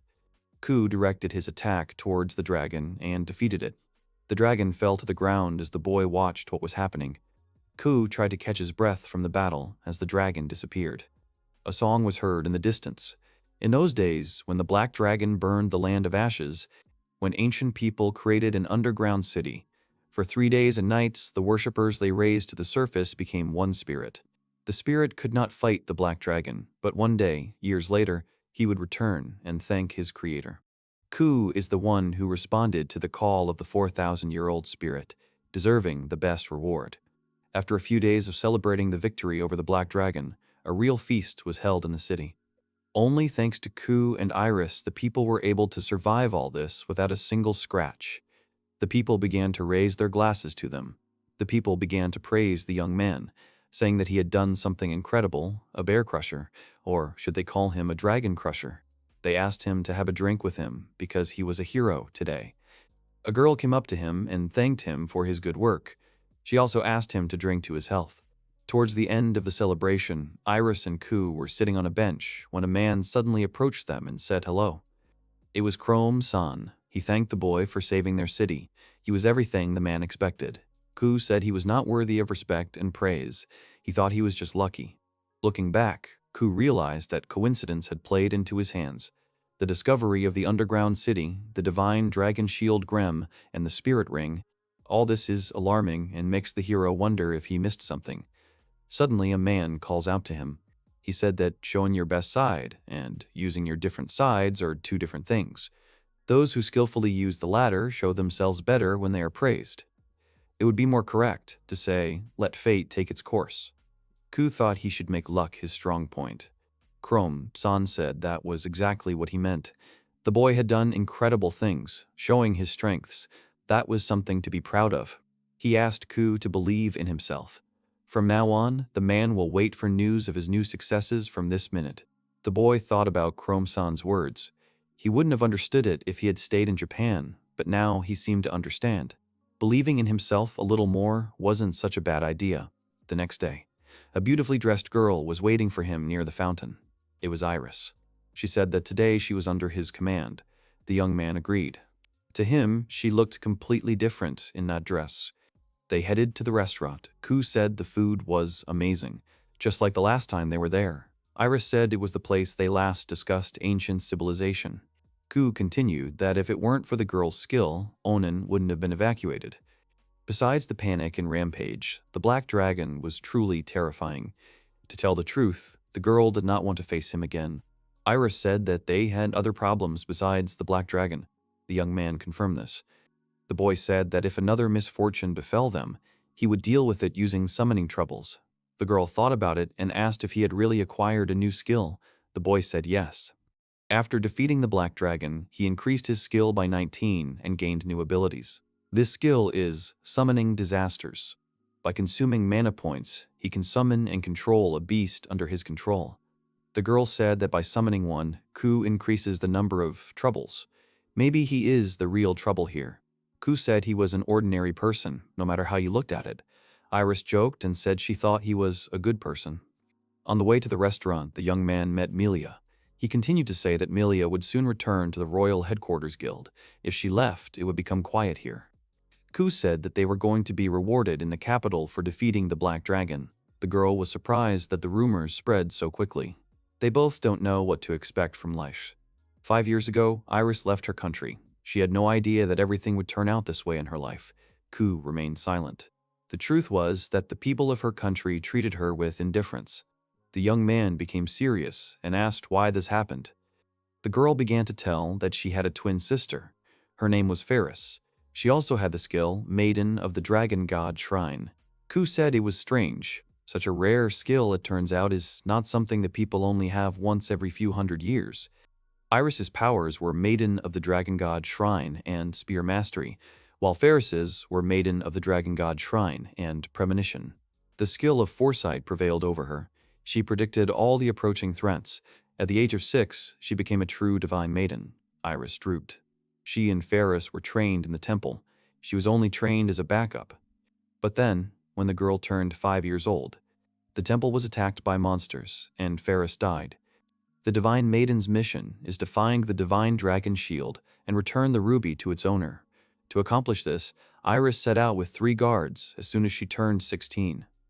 3 days later, both the money for the trip and the guards themselves disappeared. This left a big imprint on her memory. The young man said that he understood the girl. She drank a glass of wine. Only thanks to Kou, Iris fulfilled her duty. Now she was not ashamed to show herself to that girl. She thanked the young man from the depths of her soul. He chuckled and asked what she would do. Would she like to return to her homeland?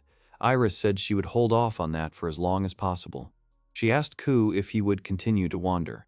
He replied that he would stop when he had visited all the most interesting things in the world. The girl asked to go with him. Kou asked if she would be bored. Iris was sure it would be fun. The young man also said that she had changed, although the girl did not think so. Until that moment, she always thought that there would be no one who could help her, that she had no friends in this world. That's why she used her powers in order to survive. But she's not alone now. It's all thanks to Kou, he asked her questioningly. The girl continued to say that when he crushed the black dragon, he came to save her. Thus, he made her happy and saved her emotionally. She is glad that she met him. From now on, she will be happy to accompany him everywhere. When it was already night, they left the restaurant. The girl asked him to pretend that this conversation had not happened. She said it was all because of the alcohol. The young man thought he had had too much, too. Iris asked him to confirm his words, to which he only grinned. Kou asked her if he wanted to repeat that night's dinner. The girl agreed. They held hands, and both looked into each other's eyes. They continued walking hand in hand. The girl called out to Kou. She said that there were many mushrooms growing on the shore, and would he like to look at them. He agreed and thanked the girl for helping him in the mission. She helps him because she wants to. The boy says that they have been doing a lot of things together lately. Why don't they apply to form a group when they return to the guild? Iris added that they couldn't do that because of the big difference in ranks, but she would be happy to be on the same team as Kou.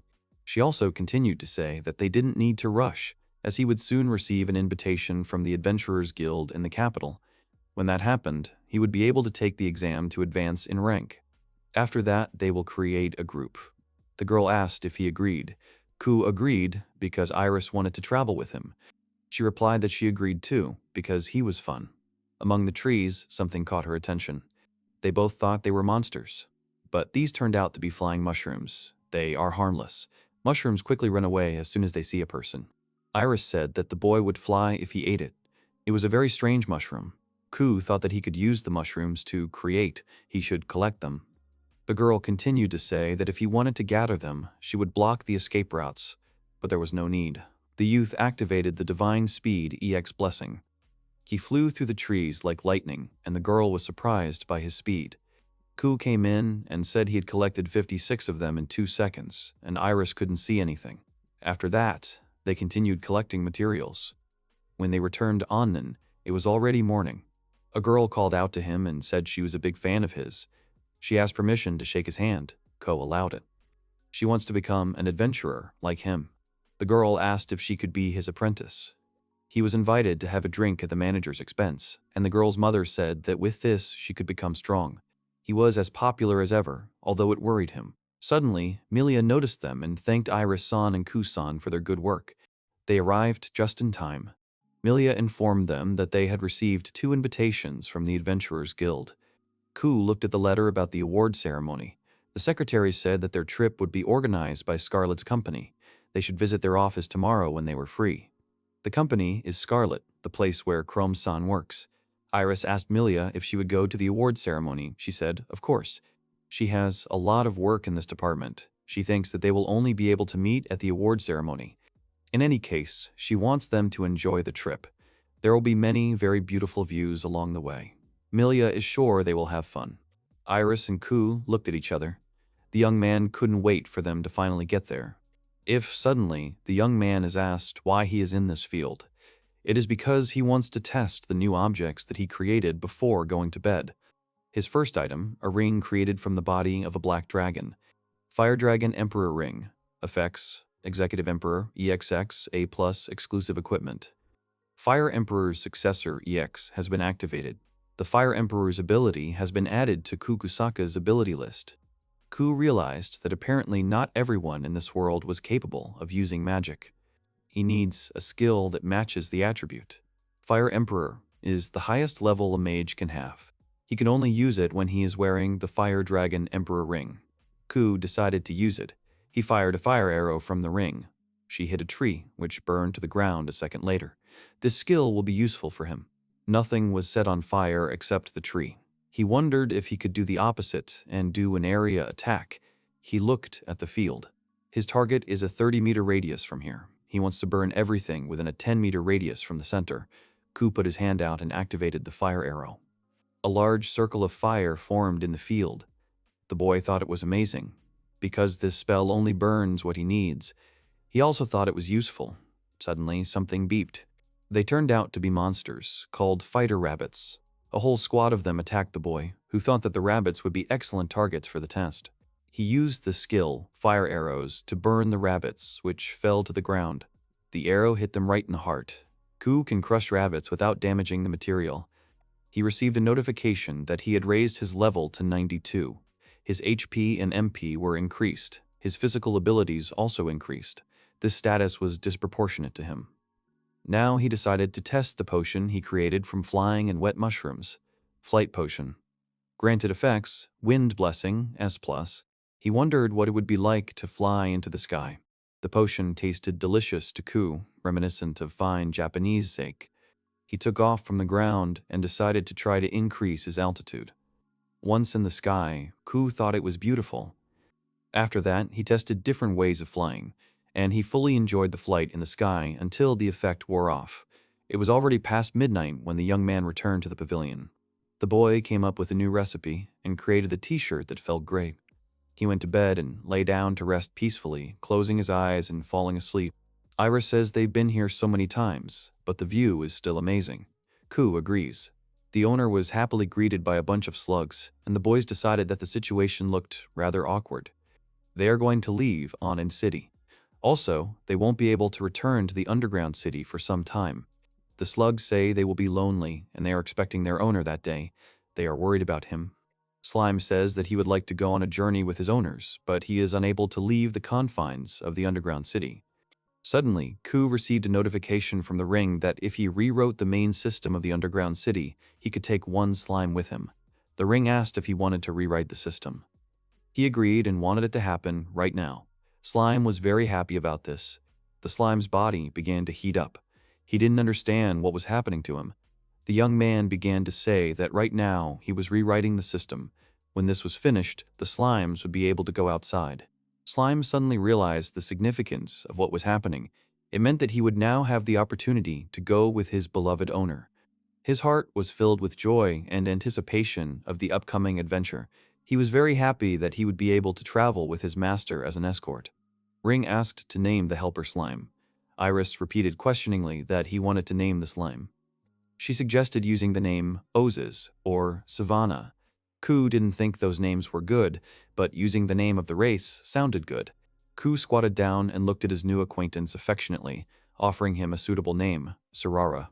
The little slug listened carefully and quietly repeated after him, as if checking the sound of the name. The slug happily shouted that he was Sarara. He thanked his master for such a beautiful name and then felt sleepy. Eventually, Sarara fell asleep. The guy thought it was probably due to changes in the system, probably like a computer after an update that needs to be rebooted. The slugs promised to carefully take their tired comrade to rest, putting him to sleep, and at the same time said that they were going to bring a pleasant surprise to their beloved owner. Ku cautiously asked his friends if it was really a gift. Hearing this question, the little slug cried out in surprise. Since the slug voiced his thoughts quite loudly, not only the young man heard him, but also the girl who was nearby, who involuntarily became witnesses to a curious conversation. The slug asked the owner when he goes on a journey. He has some things from the underground city with him which the guy will need to look at. The guys stood in shock. In front of them were carts. The little slime began to explain that these were carts made during the times of an ancient civilization, and the interior of each of them was different. The girl noticed that there was a kitchen inside, and the guy noticed two soft beds. The other room had a second floor. Iris said that if all these rooms were combined into one, it would make an excellent carriage. Slug agreed with her. Surara wants the owner to use creation on these carriages. He thinks the owner will make a cool carriage out of them. Kou decided to check out the new recipe. The guy quickly realized what he had to do, determinedly prepared himself, and made an important decision to use the creation, activating a powerful magical seal. The majestic carriage appeared before them, one of the largest carriages created by Kosaka. It is a two-story carriage with a living room, dining room, kitchen, and bedroom. They looked at the majestic carriage with admiration, considering it enormous. A notification came from the ring that, with the experience gained, the skill creation was now level 16. The function of the skill had now been expanded. Kou thought that this skill improvement would be useful. Until now, he could only use creation inside the spatial box. Now, he can use creations outside the spatial box, as long as he touches them. The guy suggested going inside. Although the girl could see that there was nothing more luxurious than the carriage, the first thing they saw was the living room. The little slug was jumping on the sofa, which seemed incredibly soft to him. Iris thought it was something incredible. Sarara then took the boys on a tour of the crew, showing them the layout of the various rooms. A cozy dining room, an equipped kitchen, and two spacious bedrooms located on the second floor of the building. In addition, the bathroom has a beautiful bathtub, which looks especially attractive due to its comfortable design and exquisite decoration, creating an atmosphere of calm and comfort. Ko was delighted that they could use this luxurious carriage as a home. Slug shouted that it was like a home on wheels. He leaned over and asked how the owner was going to move the carriage. Iris added that it was probably very heavy. They would probably need 10 horses or more. As soon as the boys got out of the carriage, a stone golem appeared in front of them, greeted the owner, and loudly demanded an immediate order. The young man returned the greeting warmly and confidently ordered the huge stone golem to be directed to the entrance of the majestic carriage waiting outside. The magic ring asked Kou if he wanted to combine the mighty golem destroyer with a huge, majestic crew. After a short thought, the boy nodded affirmatively. An amazing transformation began. The huge figure of the destroyer golem gradually merged with the hull of the crew, absorbing it and turning into something grandiose and terrifyingly beautiful at the same time. The result was a majestic destroyer golem that was strengthened by combining with the majestic crew. The original power of the magic core was greatly increased. The majestic carriage moved very quickly. The boys would reach their destination much faster than if they were riding in a regular carriage. After discussing their route with Scarlet's company, they decided to take it slow to the coastal fort and would explore the towns along the way. There were 5 days left before departure. During this time, Ko met with everyone who helped him. He cleaned the house and the living room. He replenished his supplies of items and ingredients. All this was done in 3 days. Ko received a letter. It turned out to be from Relic. This letter said that the first body of these lands, Count Billion, was undergoing treatment in the northeastern city of Server. He was concerned about the Count's condition, so he wanted to visit him. The young man thought about it. He was worried that the ruler of these lands did nothing when the riot began and the Black Dragon appeared. Relic was apparently interested in this too, and decided to pay him a visit. He took his job seriously. The young man was worried that something had happened to him. Relic congratulated Kusan in a letter that he would be receiving an award in the capital. He also plans to attend the ceremony. Ku guessed that the doctor was in Surrey. This discovery gave the boy hope that perhaps fate would soon provide a chance to meet him in person and find out important details along the way. The next day, the boy went to get a tourist guide and books to read during the trip. Suddenly, among the bookshelves, he noticed Milia. The girl's steps were suddenly interrupted by a sharp movement. She tripped over something unnoticeable, losing her balance. A moment later, the stack of books she was holding in her hands fell noisily to the floor. The young man quickly gathered the books and returned them to the girl, asking her if she was okay.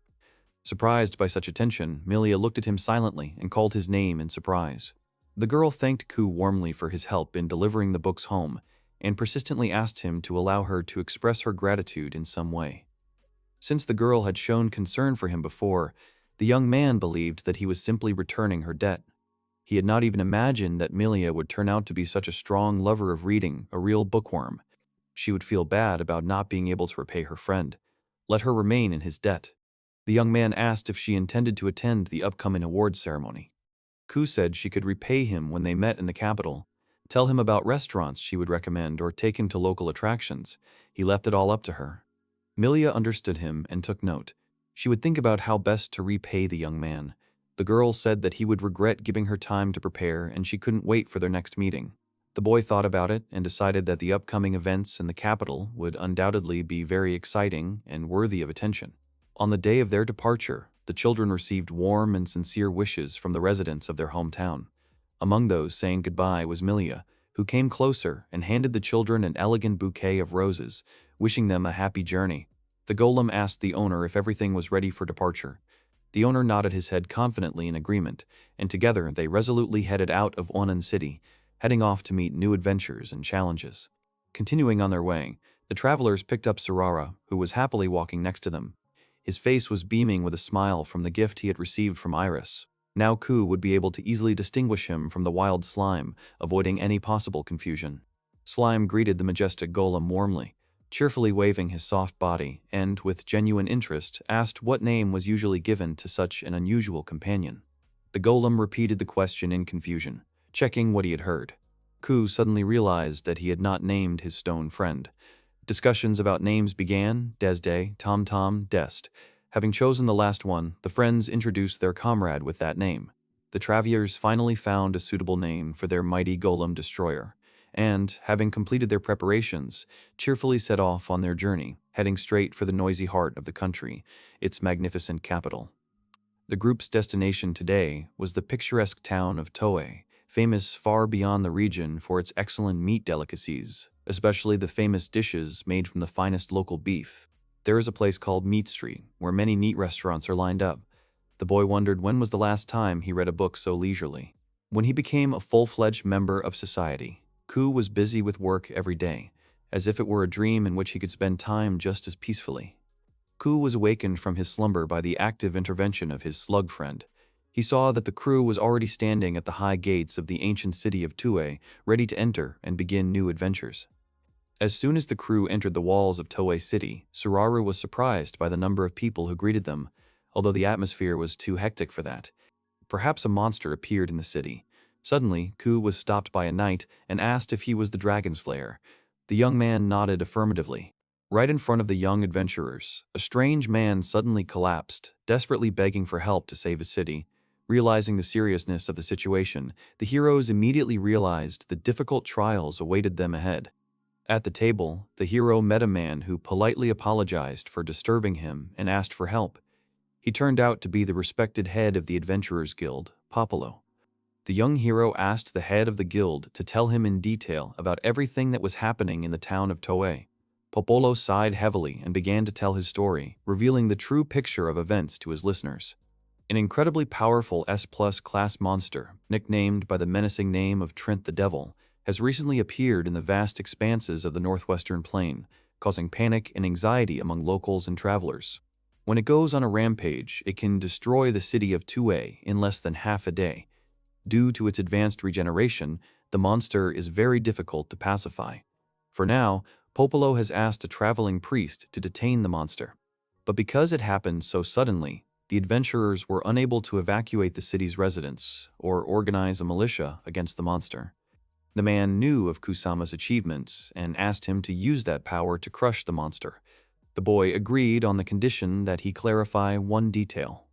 The young man defeated the Black Dragon, not alone, but with the help of Iris. Suraru agreed and said that Iris protected the master from the Black Dragon's flames with the shield of the Dragon God. Despite the gravity of the situation, the man still dared to ask two young heroes to save the city. They became the last hope of the unfortunate citizens of Toei, the only chance to avoid a catastrophe. Slug asked the boys why they were on top of the carriage. Iris and Ku said it was for a better view. The girl thanked the boy for what he said in the adventurer leader's office. The guy honestly admitted that he helped out a friendship with Iris, but the girl firmly stated that she would take on the role of protector herself, considering it her duty. During their journey, the young hero's attention was drawn to a huge ancient tree. Ku instantly recognized it as the legendary giant that the head of the Adventurers Guild had spoken of. It turned out to be the terrible monster known as the Trent Devil, a giant creature, outwardly almost indistinguishable from an ordinary tree, but hiding terrifying abilities and power. The boys noticed giant chains on him. Iris said that these were heavenly chains. This is an advanced holy magic spell, a spell to restrain a strong opponent. The girl continued that few spellcasters would be able to restrain such a dangerous monster. The spellcaster had to be very experienced. The young man added that it was most likely the priest mentioned by the guild leader, Popolo. Suddenly, the little slug, who had been watching the situation closely, drew the owner's attention to an alarming fact. The huge metal chains holding the ferocious creature began to rapidly crack and disintegrate. The remains of the chains holding the giant began to quickly thin and crumble, freeing the captive monster, which slowly crawled out. The heroes tensely watched every movement of the monster. Near the colossal trunk of the mysterious monster tree was a fragile girl, concentrating on using her magic, trying to hold back the enraged monster, whose powerful roots trembled menacingly, trying to break free. She began to run out of magic power and fell to the ground. Kou gave the order to Dest that they should save the priest first. The golem understood and sped up.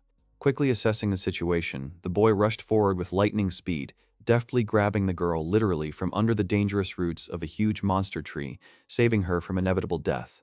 It turned out that this little heroine was not an adult sorceress at all, as it might have seemed at first, but a very ordinary girl who, despite her young age, managed to show miracles of courage in the face of a mortal threat.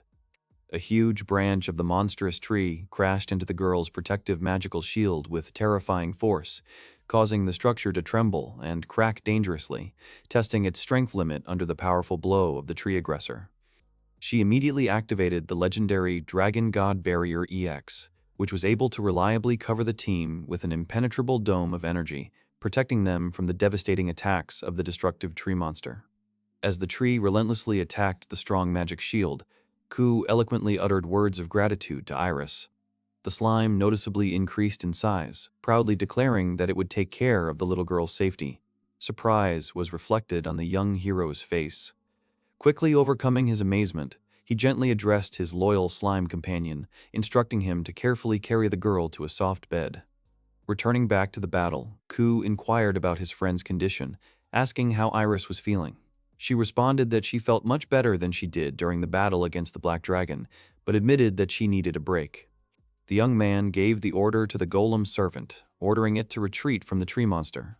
As they moved back, the team increased the distance between themselves and the dangerous enemy to feel relatively safe. Deciding to strike, the young warrior drew his shining blade and rushed forward, intending to present the tree with a kind of gift. Straining all his strength, he rushed into the attack.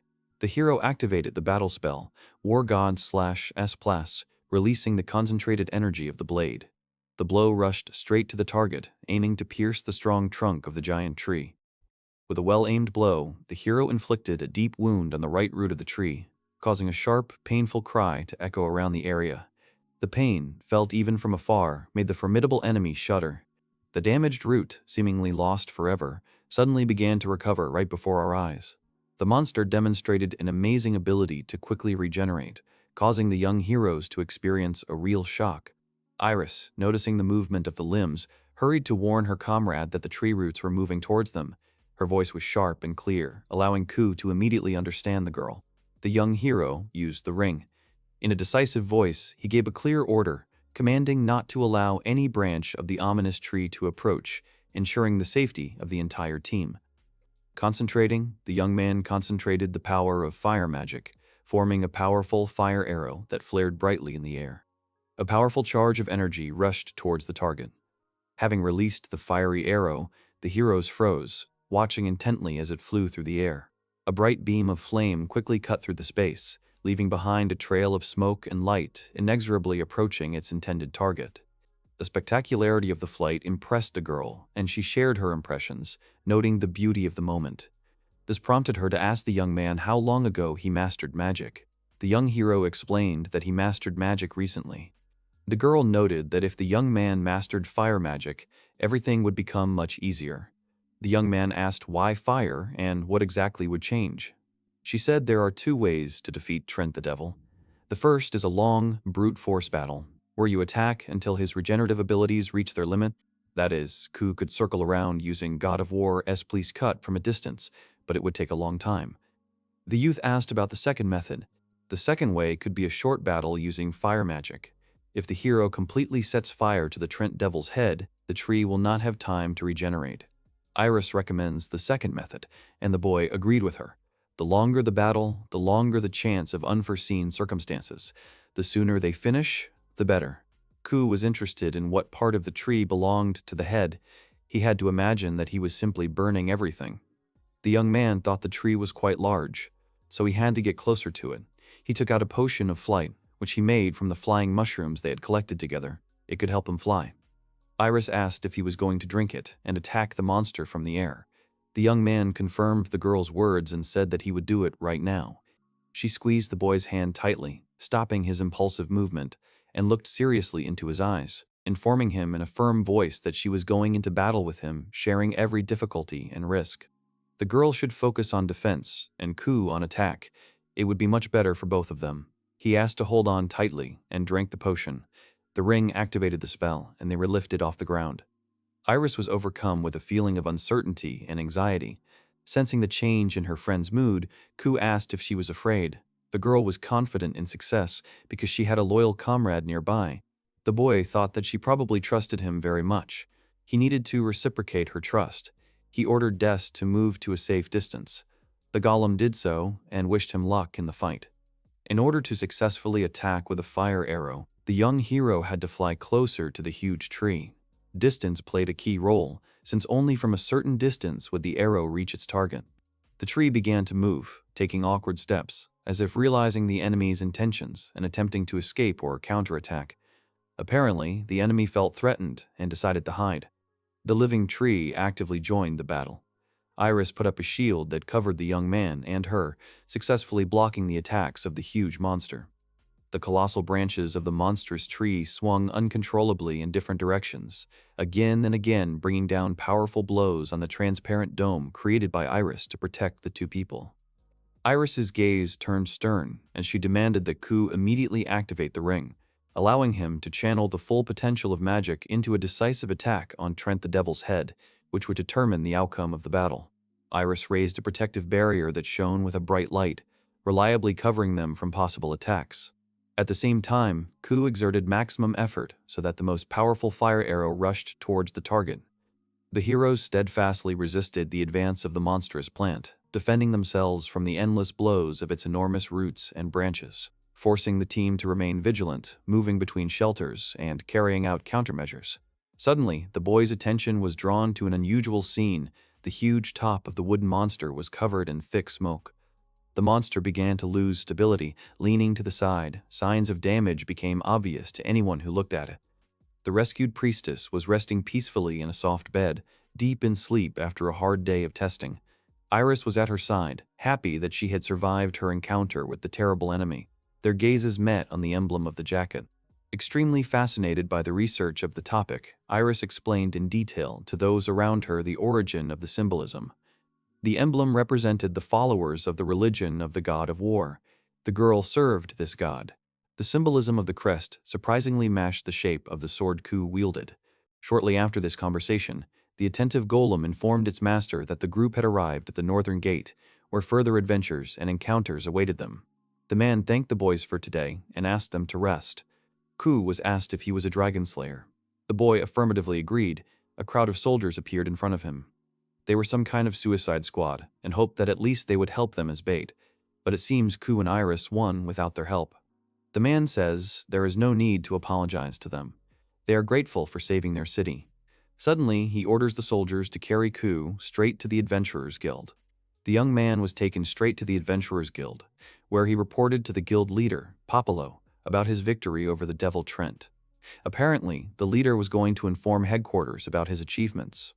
Popolo sincerely says that without Kou's intervention, the beautiful city of Tue would have been wiped off the face of the earth.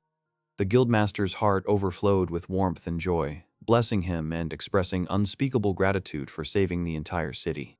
The young man rejected the laurels of the winner, emphasizing the important role of each member of the team. Without collective efforts, victory would have been impossible, he recalled, adding that the fate of the rescued priestess also depended on the joint actions of friends who came to the rescue in time. The elder noted with approval the hero's inner modesty. Imagining a classic hero, The sage saw him as similar to young Kou, strong, noble, honest, and ready to sacrifice personal comfort for the common good. The guys ended up on Mia's Naya Street. At the restaurant, Puklikat, they ordered beefsteak too with breadcrumbs and herbs, and homemade wine to go with the meat. Iris thought the meat was juicy and delicious. The wine was good too. Ko heard from the next table that people thought it was the end when Trent the Devil showed up. The discussion continued, and the young man felt awkward about people talking about him, even though it wasn't bad and made him think he had achieved something. After a great dinner, they went to the Moon Viewing Pavilion Hotel, where they would spend the night. Tomorrow, they would stroll through the streets of Toei. The next day, Sarara was still asleep, and Ku had some time left before his scheduled meeting with Iris. It was worth using this time to create using the devil Trent they had defeated yesterday. Since he hasn't come up with a recipe yet, he can use the disassembled materials for alchemy. He took out the Yggdrasil branch from the magic portal. The youth thought that, speaking of the game of power, isn't this a huge tree from Scandinavian mythology? He will use it as a material for now, and then he will think of something. Sararu woke up. Sarara cheerfully wished his master a good morning and promised to get to work immediately. Intrigued by his assistant's behavior, Ku watched Sarara's actions with interest, wondering about the slime assistant's business. Watching his little helper roll around and lovingly look at his own reflection in the mirror, Ku felt awkward. The slug was saying that he was also perfectly round today. After exchanging greetings, the boys headed to the southern part of the city, Tao. The southern part looks like a normal part of the city, but there is a vast, quiet pasture with cows. The round slug showed the animals to his master. Ku said that the northern and southern areas were like two different worlds. In the ancient language, Tu means two-faced, a perfect name for him. They tried shearing sheep, some farmer's cheese. As the young man walked through the pasture, he was recognized as a dragon slayer. Before he knew it, the banquet began. Standing on the fortress wall, Iris said that the farmers were very grateful to Ku. She asked how the hero was feeling, and he did not expect such a warm welcome. The girl continued to say that the farm had developed from a desert to such a degree over a long period of time. If it weren't for the guy, it would have all gone back to being a lifeless wasteland. That's why she was grateful to him. He had done a great job. He not only saved the city, but also the accumulated progress. After that, they returned to the guild, but the priestess had already left. She asked the guild secretary to give Ku a letter saying that she was very grateful to him for saving her. In the letter, she mentioned that she was a traveling priest. She was in Toei when she learned of the Trent Devil's appearance and volunteered to apprehend him. She also wrote that they saved her when her magical powers were about to run out. She will definitely thank them in the near future. The guys were also in the middle of a trip. If they could really meet in the near future, it would be a super coincidence. They went to a specialty meat shop and bought a meat sandwich. The boy was surprised that there was no bread in it, and Iris was surprised that he even thought there was bread in it. Slug ordered one too. It was excellent. Tomorrow they will go to Surriere. Surriere is famous for its hot springs. Hot springs are the heart and soul of the Japanese. Ku is looking forward to visiting them. They decided to leave at 6 in the morning and went to bed early. The next day, their crew was seen off by a huge stream of people. They were especially pleased to realize that so many people had come to express their sincere gratitude and respect. Iris and Sharara were comfortably nestled next to each other, falling into a deep sleep. The boy stood nearby, looking around in confusion, not knowing where to go or what to do next. The sun was shining outside. The sky was clear and clean. A light breeze rustled the leaves of the trees. The young man felt the desire to enjoy such beautiful weather, to breathe in the fresh air with full lungs and recharge himself with the energy of a new day. His gaze accidentally fell on a little girl standing nearby. The young man decisively turned to his faithful companion, the stone golem, commanding it to stop. The golem obediently stopped, obeying the will of its master. The girl turned to face Ko and said that she wanted to thank him for everything he had done for her. Cole looked her in the eyes and asked how long she'd been waiting for him. The girl had the ability to see the future in her dreams. One day she had a vision. A carriage was passing in front of her. Inside the carriage was Ku. It was this picture, clear and bright, that was forever imprinted in her memory, suggesting the right path and the exact time of the meeting. She followed her dream and thought it was rude to ignore them. Ku thought she was trying to be polite, even though she had a straightforward nature. She turned to the boy. The girl stopped in front of Ku and asked if he had the skill Transmigrator. This unexpected question stumped the guy. His heart beat faster, his thoughts were mixed up, and he could not find a suitable answer. The dream clearly showed the girl the importance of the question, but the young man was confused, trying to explain the incomprehensible term. Each word confused the situation more. Anxiety grew, but no clear answer was found. She also had the skill Maiden of the Temple of the God of War. If he had the skill Transmigrator, then she should tell him something important and something that she should give to him. When he heard this phrase, he thought of Iris. She also had a mission and certain skills. Perhaps Lily was in a similar situation. Lily began to say that the skill Priestess of the God of War awakens in a person once every few centuries. The effect of wearing the skill is that she can call upon the power of items with the name of the God of War. Iris said it was just like the Priestess of the Dragon God, and the slime knew about it. It was the ancient scholar who told him that when someone with the skill Priestess of the Dragon God combined with someone with the skill Priestess of the War God, something incredible would happen. Kou repeated the question, hoping to hear at least the slightest additional detail. But the slug blinked its eyes guiltily, making it clear that it had exhausted its supply of information. It knew nothing more and had nothing useful to share. The Priestess of the God of War had two important missions. The first was to give a special magical bow to a man with the gift of transmigration, a mysterious hero who had arrived from another world. The young man was surprised that the girl could hide such a large bow in her clothes. Her clothes had magical properties. Sarara, who was watching this, said that the girl was magnificent. These words made her feel embarrassed. Kou turned his attention to the bow and noticed that the emblem of the God of War is an image of those sacred weapons that contain the powers of the God of War, the Guardian. These are the magic blade Graham, the bow of Yggdrasil, and the nameless holy spear. What Lily gave them was one of the three sacred weapons, the bow of Yggdrasil. It is a sealed, disaster-destroying bow. The young man was attracted by this enticing name. He wonders if there will ever come a time when the seal will fall. Iris asked them to wait because the bow is only seen at a ceremony once every 50 years. She thinks it is dangerous to take such a thing with you. Lily was given the right to carry such a weapon for her mission. She is glad that she gave this bow to Kusan, and this completes one of her missions. But there is still a second one. The priestess's second task was to find the magical blade Graham. The girl wondered if the young man knew where the weapon was. However, the young man said that he already had the blade and showed the weapon, which greatly surprised the girl. The priestess felt a powerful stream of magic flowing from the blade. Stunned by the discovery, she realized how powerful the energy contained in the weapon was. Never before had she encountered such a powerful source of magic. She did not expect to see it. In her dream, she saw everything up until the moment of handing over the bow of Yggdrasil. She asked where the young man found it. He answered that in the dungeon of the city of Anan and asked if he could keep it for himself. The girl said that Graham was also one of the sacred weapons, and the responsibility for the safety of the blade was placed on her personally. Then she added that she allowed him to keep the precious sword with him. Iris asked the girl if she really had the skill of foresight. She said yes, and added that this skill had been helping her since childhood. The girl thanked her for the answer and compared the priestess to her sister. Kou realized that the girl's sister, Facilia, also had two important abilities. First, she had the unique skill, foresight.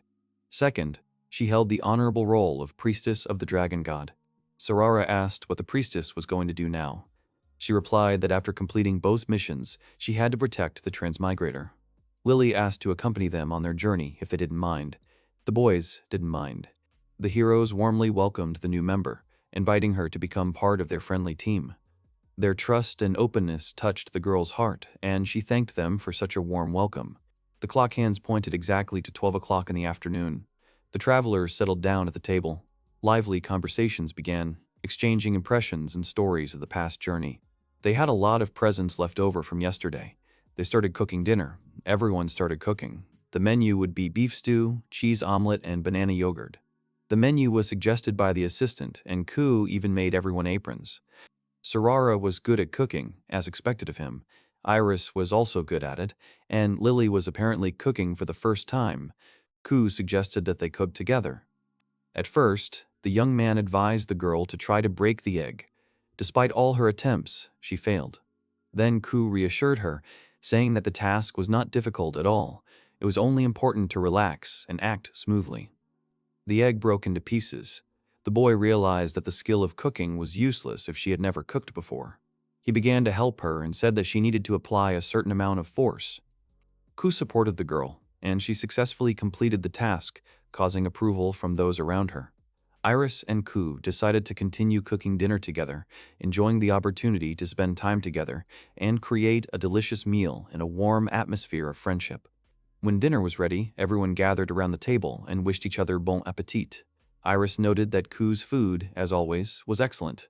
She continued that when the boy helped at the restaurant in Onan City, everyone liked it, so if he opens a restaurant, it will be very successful. Lily thought so too. This is the first time she has eaten such delicious food. The girl happily told how much she enjoyed cooking. Kou offered her more, but she politely declined. It was obvious that she was shy. He reminded the girl that she should not hold back, because she was growing and needed proper nutrition. The girl immediately cheered up and asked for a second helping. After a hearty dinner, the heroes went to wash the dishes as a team. In the Sacred Lands, Lily put her missions first, so she did not do anything like that. She apologized for being ignorant of such mundane things. Kou told the girl that she didn't need to apologize. On the contrary, he appreciated her serious attitude. The girl, hearing the praise, lit up with joy, but uncertainty still shone through in her words when she asked if it was really so. She continued to say that her parents died during the epidemic. She doesn't remember it because she was so young, but because she had the skill priestess of the god of war. She was taken into the cult of the god of war. She is glad that she repaid their kindness. Iris and Kou said that they would help her experience many pleasant moments, and since she was very young, she should enjoy life more. They were right, and Shirara shouted that she should play with him. The crew shook violently. The passengers were frightened. The stone golem quickly stopped the transport due to the earthquake that had begun, preventing possible troubles. Cole managed to catch Shirara and worriedly asked if everything was okay and if everything was intact. It's good that they stopped in the middle of the plane and no one was hurt. The girl was worried that the Zarda Bridge, built many years ago and very worn out, would hold up. Otherwise, they would have to go around, delaying the road for a couple of days. The boys were supposed to stay in Surrey for 4 days and 3 nights, to relax and enjoy the hot springs. However, life was not kind to them. The more they did not want it to happen, the more likely it was to happen. The stone golem quickly reported alarming information to its owner, stating that the condition of the Zarda Bridge was critical. The massive structure had been destroyed. People looked at the collapsed bridge, wondering if it was an emergency. The girl said it would be difficult to continue on. The hero said that the river flow was too fast, and it would be difficult to cross it. The girl asked him that maybe they could use a flying potion. The guy replied that he had thought about that but didn't know about the others, but then he was interrupted and told that there was a better idea. The creature said that the hero could create a bridge himself and asked what he thought about it. The guy replied that it was worth a try. Now that he had become stronger, a simple touch would be enough for him, but he didn't know if the recipe would appear. The hero pressed his hands to the bridge and grinned. A magic circle formed under him. He used the power of creation. The guy said that a new Zard bridge was created from what was left of the previous bridge and 800 branches of the Devil's Ent. This bridge is not subject to aging and is a kind of refuge. The blonde girl said that she had heard about the reincarnated one, but she never thought that he was capable of such a thing. To which the other girl replied that he was, as usual, in his style. The creature turned to the hero and said that the hero was like a god, to which he replied that it was all a matter of skill and there was nothing wrong with that. Thus, the bridge was restored and no one had to go around. They arrived in Surrey in the evening. Meanwhile, in Surrey's guard, one knight thanked the hero for restoring the bridge and said that he would report this to Mellard and he would be given a reward. The protagonist replied that it was more important than he thought. The guard told him that this bridge was one of the centers of movement, so it was very important. The guy replied that Maillard was currently undergoing treatment, to which the knight asked how he knew about it, and Kou replied that he had received a letter. The hero said that it was from an aristocrat who knew him. He was told that the count was currently being treated in this city and was asked to keep it a secret. Kou said he understood. The boy thanked him for his cooperation and apologized for taking up so much of his time when he was tired. He added that he would welcome them back. The knight said that since they were staying for 4 days and 3 nights, they should go to the hot springs. He also said that tomorrow the city would hold a festival in honor of the city's 300th anniversary. The protagonist said that it was busy. The creature exclaimed that there was a lot of smoke. The girl said that it looked like it would be a very important day. The guy told her that the festival was an old tradition and had its own history. He said that there was originally an ancient civilization there, and a city was built on its ruins 300 years ago. The creature said that there was another city there 4,000 years ago. There was a mechanism underground for the hot springs that was still working. The protagonist replied that he understood how hot springs work. The slime replied that it was very smart and needed to be protected. The guy said that it was time for them to eat. He wondered what the specialty was. It turned out to be Hotep's white pot. The hero said that the dish was very rich. The girl noted that only 1 spoon, and it was already very tasty. The blonde closed her eyes in pleasure and said that it was warm. The slime moaned in agreement. The girl said that each establishment cooked this dish differently.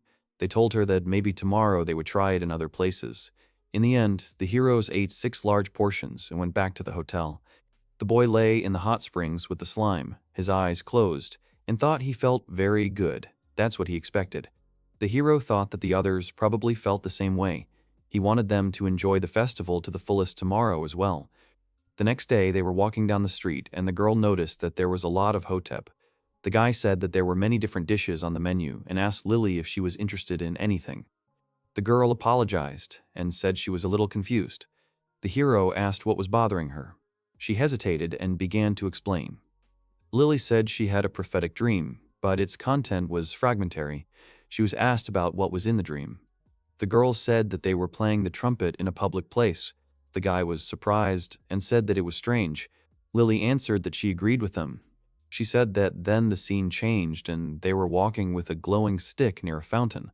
The hero realized that it was a branch of Yggdrasil, but he doesn't have any recipes for it yet and doesn't know how to use it. Lily said that the scene had changed again. All the heroes were leaving Surrey and heading northwest. The guy asked again because Fortport and Zard Bridge are in a completely different direction. He said that there are only mountains and forests there, and it is unclear why they would go there. The girl answered that she does not know either, and that it is the first time in her life that she has such a broken dream. The hero asked the girl if her dreams were usually clearer. She replied that all her dreams had been clear before. The slime intervened in the conversation and said that she knew. The creature explained that an ancient scholar had once told him that there was a limit to one's foresight skills, and people with great powers had a very changeable future. The outcome would be unpredictable. The girl replied that Kou was really too crazy. She didn't even have time to notice how he started using fire and flying. The protagonist asked Lily if prophetic dreams always come true, since it was quite possible that the fragment she saw would definitely happen. The blonde agreed. The girl asked if that meant the guy would play the trumpet. The slime said it was cool. Kou couldn't remember if he'd ever played it before and wasn't sure if it would be any good. One of the heroes suggested returning to the present and enjoying the festival, and to start with, trying new dishes. They started praising various dishes, such as beef soup, far from two, special dessert fruit hotep, and red wine. The brunette said that the meat broth was delicious, and Lily that her dessert was sweet and pleasant. The slime exclaimed that she felt very good, but then she suddenly felt ill. The girl turned to her and asked if she was okay. The creature said it saw salmon. The guy said he had no choice. They gave him a detox potion. The slime said that everything was fine now, and the hero noted her good metabolism. One of the knights suggested that the hero take part in a lottery. Kou exclaimed that he had seen this in the past. He was told that in ancient civilization, this game was called numbers, and as soon as at least one line was collected vertically, horizontally, or diagonally, the person would win. The first person to complete one line will receive a trip on a luxury cruise liner from Fortport to the royal capital, and the second prize is a musical trumpet. The main character and the girl looked up in surprise. She said that they would see if that dream would come true. Lily exclaimed that it sounded interesting. The clown addressed the people and asked them if they were enjoying the festival. He also said that the main event of the morning, namely the ancient lottery, was about to begin. Kou noticed that someone was waving at him and asked if it was the guard they had seen earlier. The girl told him that it was most likely so. The clown exclaimed that he was still spinning the drum. He called out the first number, 29. Lily was upset that she did not have such a number. The paper on the protagonist's ticket was burned. He said that he made the hole himself. The guard laughed and asked if they were surprised, since they had witnessed his focus skill being performed. He slipped it into everyone's card. The clown said that during the game the numbers can change places or be rewritten, so there is no need to give up, but to enjoy the game until the very end. In the second half of the bingo game, everyone usually splits into two groups. those who enjoy the exciting game with its many possibilities, and those who are bored and inclined to give up. For the hero, this sounds quite entertaining. The next number was announced, 61. It was Lily's. After that, the guy continued to get numbers. The clown asked if almost all the fields were filled. He also asked to say, knocked out, if someone had only one number left. The main character replied that he had. The guard asked if he would win the stolen prize pipe. The guy replied that who knows. Some girl shouted that she had the same. Kel turned to the hero and said that they hadn't seen each other for a long time. The guy asked her if she was sightseeing. This girl is also an adventurer. The slime noticed that they seemed to know each other. The clown said that the final battle was coming. The next number to come up was 6, then 18, 26, but none of the heroes reached bingo. The guard announced that the next number was 87. The guy was close. He could have hit bingo if the number was 88, but he had expected that to happen because he was destined to be the second winner. The number on the hero's ticket suddenly changed. He said he had everything. However, does that not give him first place? Kel said she had everything too. This came as a surprise to Kou. The heroes stood on the stage. The clown was surprised that there were two winners at once. He said that he congratulated them both. The guard said there was only one prize for first and second place, and he would let them decide for themselves which one they would choose. The girl hesitated, but the boy smiled and immediately understood everything. The hero asked to give him the prize pipe for second place. The girl was surprised and asked if he was sure. The guy answered that first of all, they needed to get to the capital of the kingdom and she could take the prize. The clown replied that then the first prize would go to Kel. She asked if it was true. The girl was so happy that she couldn't believe what was happening. Kel thanked the boy several times. The guard announced that the next prize would be for second place. He asked the hero to hold out his hand and began counting down. One girl started saying that if there had been a few more prizes, she probably would have won. Another said that she was also close to winning. Kel asked if she had created unnecessary problems. She felt like she had forced something on him that he didn't want, and now she felt uncomfortable in front of him. The hero replied that everything was fine, and as he had already said, they planned to go to the capital of the kingdom first. The guy replied that he didn't really know how to play the trumpet. Everyone turned their attention to the hero, and Kou began to play. The slime said that this piece is called Sasana's Dream. One ancient musician said that this composition is very difficult to perform. The girls started saying that the melody was very beautiful and that the hero could really do anything.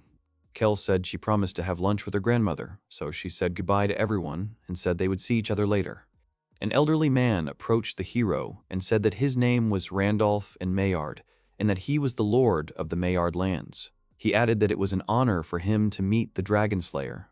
The old man said that he had heard about the hero's accomplishments, that in addition to defeating the Black Dragon, he had also defeated the Devil Aunt and restored the Zard Bridge.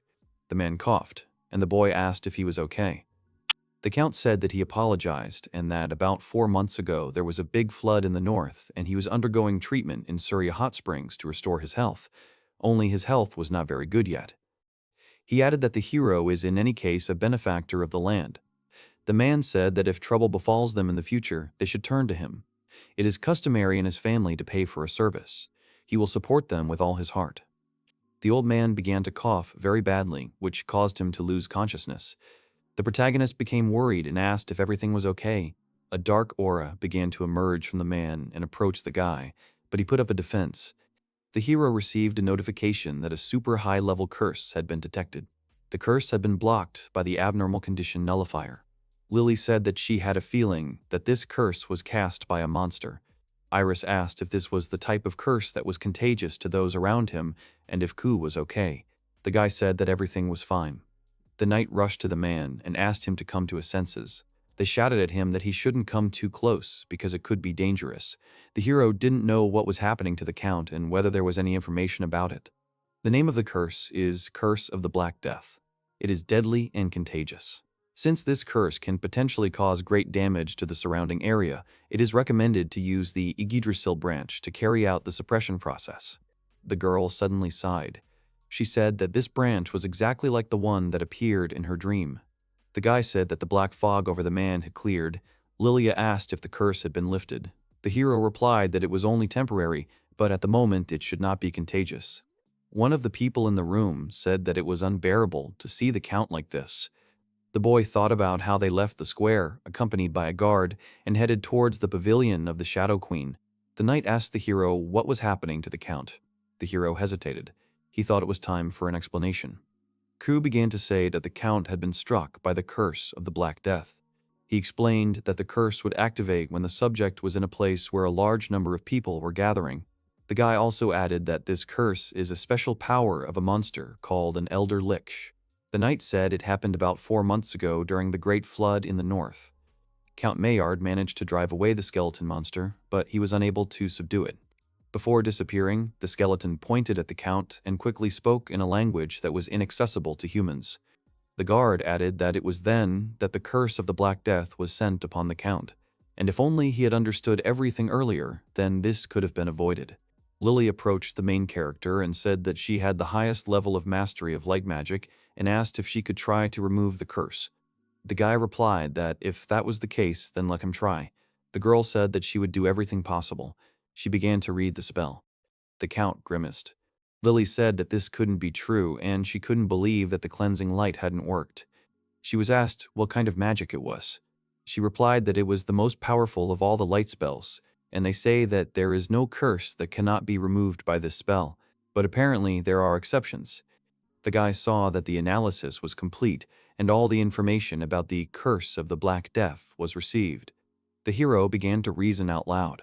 Lily asked if he had learned anything. He said that they simply needed to eliminate the root of the problem and that they needed to defeat the Elder Lich who had cast the curse. The girl asked where this Elder Lich was. The guard replied that there had been no reports of him since the Great Flood. Kou noted that this was a bad scenario.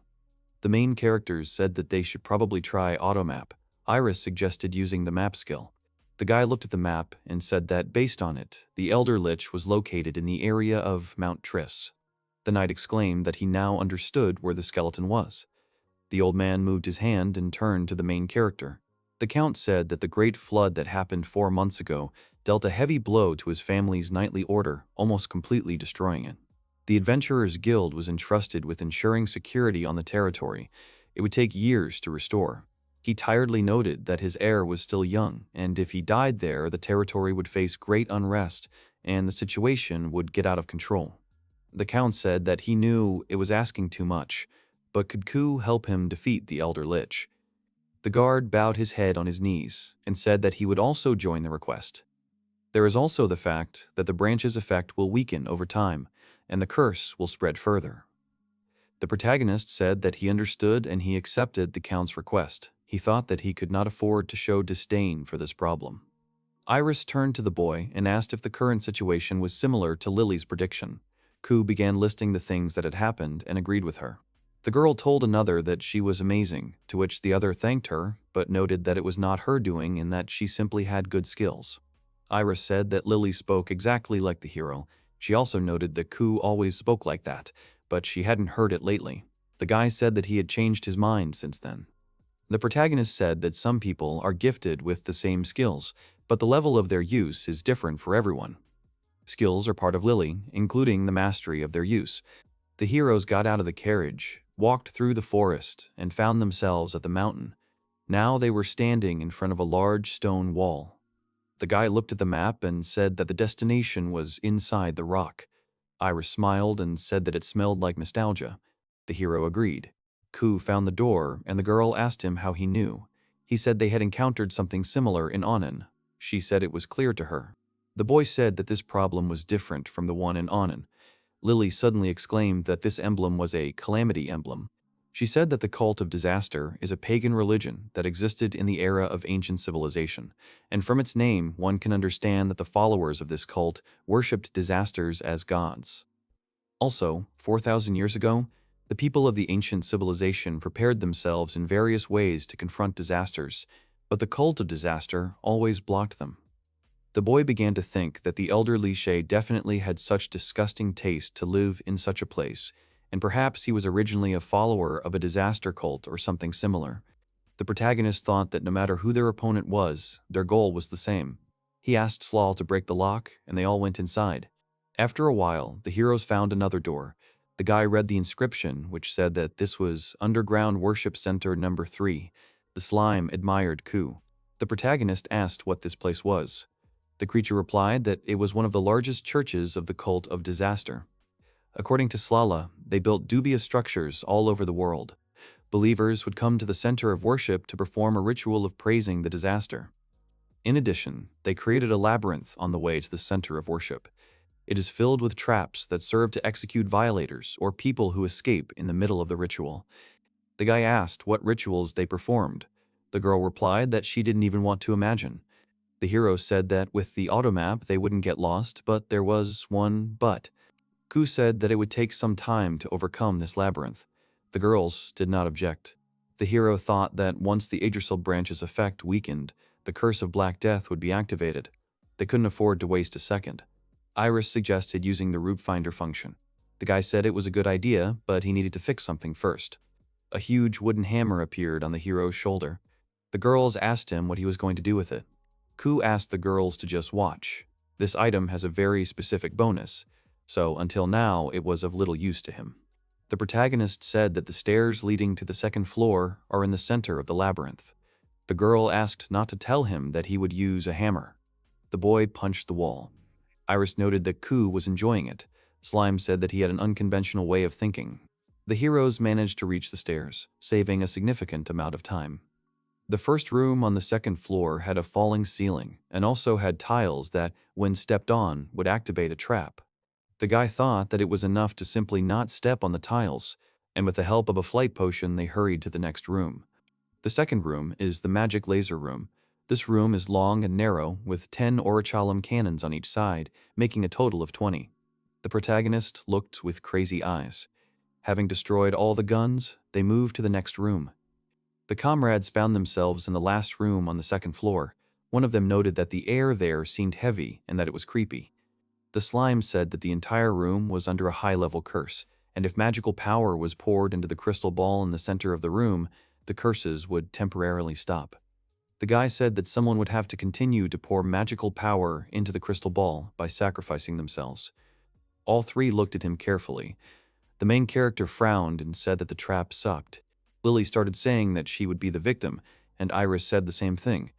The protagonist smiled at this. Kou told them to wait for him there. The girl called out to the boy, but he asked them not to worry. Lily remembered that the boy had repelled the curse of the Black Death in Surya. He confirmed this and said that curses do not work on reincarnates like him. Rebirth blocks all types of rank diseases. So for something like this, the guy is the best candidate. The hero said it worked. The slime said he had drained so much magic power that the ball had completely collapsed. Lily asked how much magic power he had. The guy thought they cleared the second floor. According to the map, it should be the third floor, but there is a problem. He said that the map's structure was very similar to a dungeon. He asked the slime if there was a trap. She said that most likely not, but she had a bad feeling about it. The hero said he would go first and everyone else would stay behind. The girl told him to be careful. At one point, they were attacked by skeletons and the guy repelled the attack. He smiled and exclaimed that he had succeeded. However, the missing skeletons began to reappear. He thought that the immortals had come and that it was unpleasant. They had little time and Kou did not know what to do. Lily grabbed the staff and the skeletons were caught in a magic circle. She began casting a spell against them. The girl said that her skill, Holy Lightning, is the highest level of purification in light magic. She added that it was capable of completely destroying monsters or undead with regenerative abilities, ignoring the remaining amount of their regenerations. The guy thought that light magic works well against the undead, and that this is a standard setup in fantasy games and anime and in that world as well. The hero said that he and Iris would then be in the vanguard to buy time, while Lily finished off the monsters with her magic. He asked if there was an objection. The girl said no, and the other one said she would do her best. Slime asked what about her. Kou said she needed to be in the rear. He asked her to keep an eye on the battlefield and let him know if she saw anything. She replied that with the help of her glasses, she would be a very careful observer. The analysis of the undead data has been completed. The forced purification process using the branches of Yggdrasil has become available. The boy asked himself if it was possible to purify the undead by simply bringing a branch of Yggdrasil to his body. He didn't expect the answer to be so useful, since it was still in the raw material stage. The skeletons lined up. The hero said that we should try. He gave the Iris instructions that the right side was on her. The guy activated the forced cleansing process. and the skeleton's silhouette began to dissipate. Kou turned to Iris. She told him that he could finish him off. The girl put up a shield against the skeleton. Slime praised the heroes for their coordinated and synchronized actions. Lily said that the branch was very powerful, and she would also try to sing as quickly as possible. The girls began to chat among themselves. Afterwards, the heroes continued to follow the shortest path on the map to the stairs, clearing out skeleton soldiers along the way. The guy said that bypassing this corridor, they would get to the last room, and surprisingly, they did not encounter any traps along the way.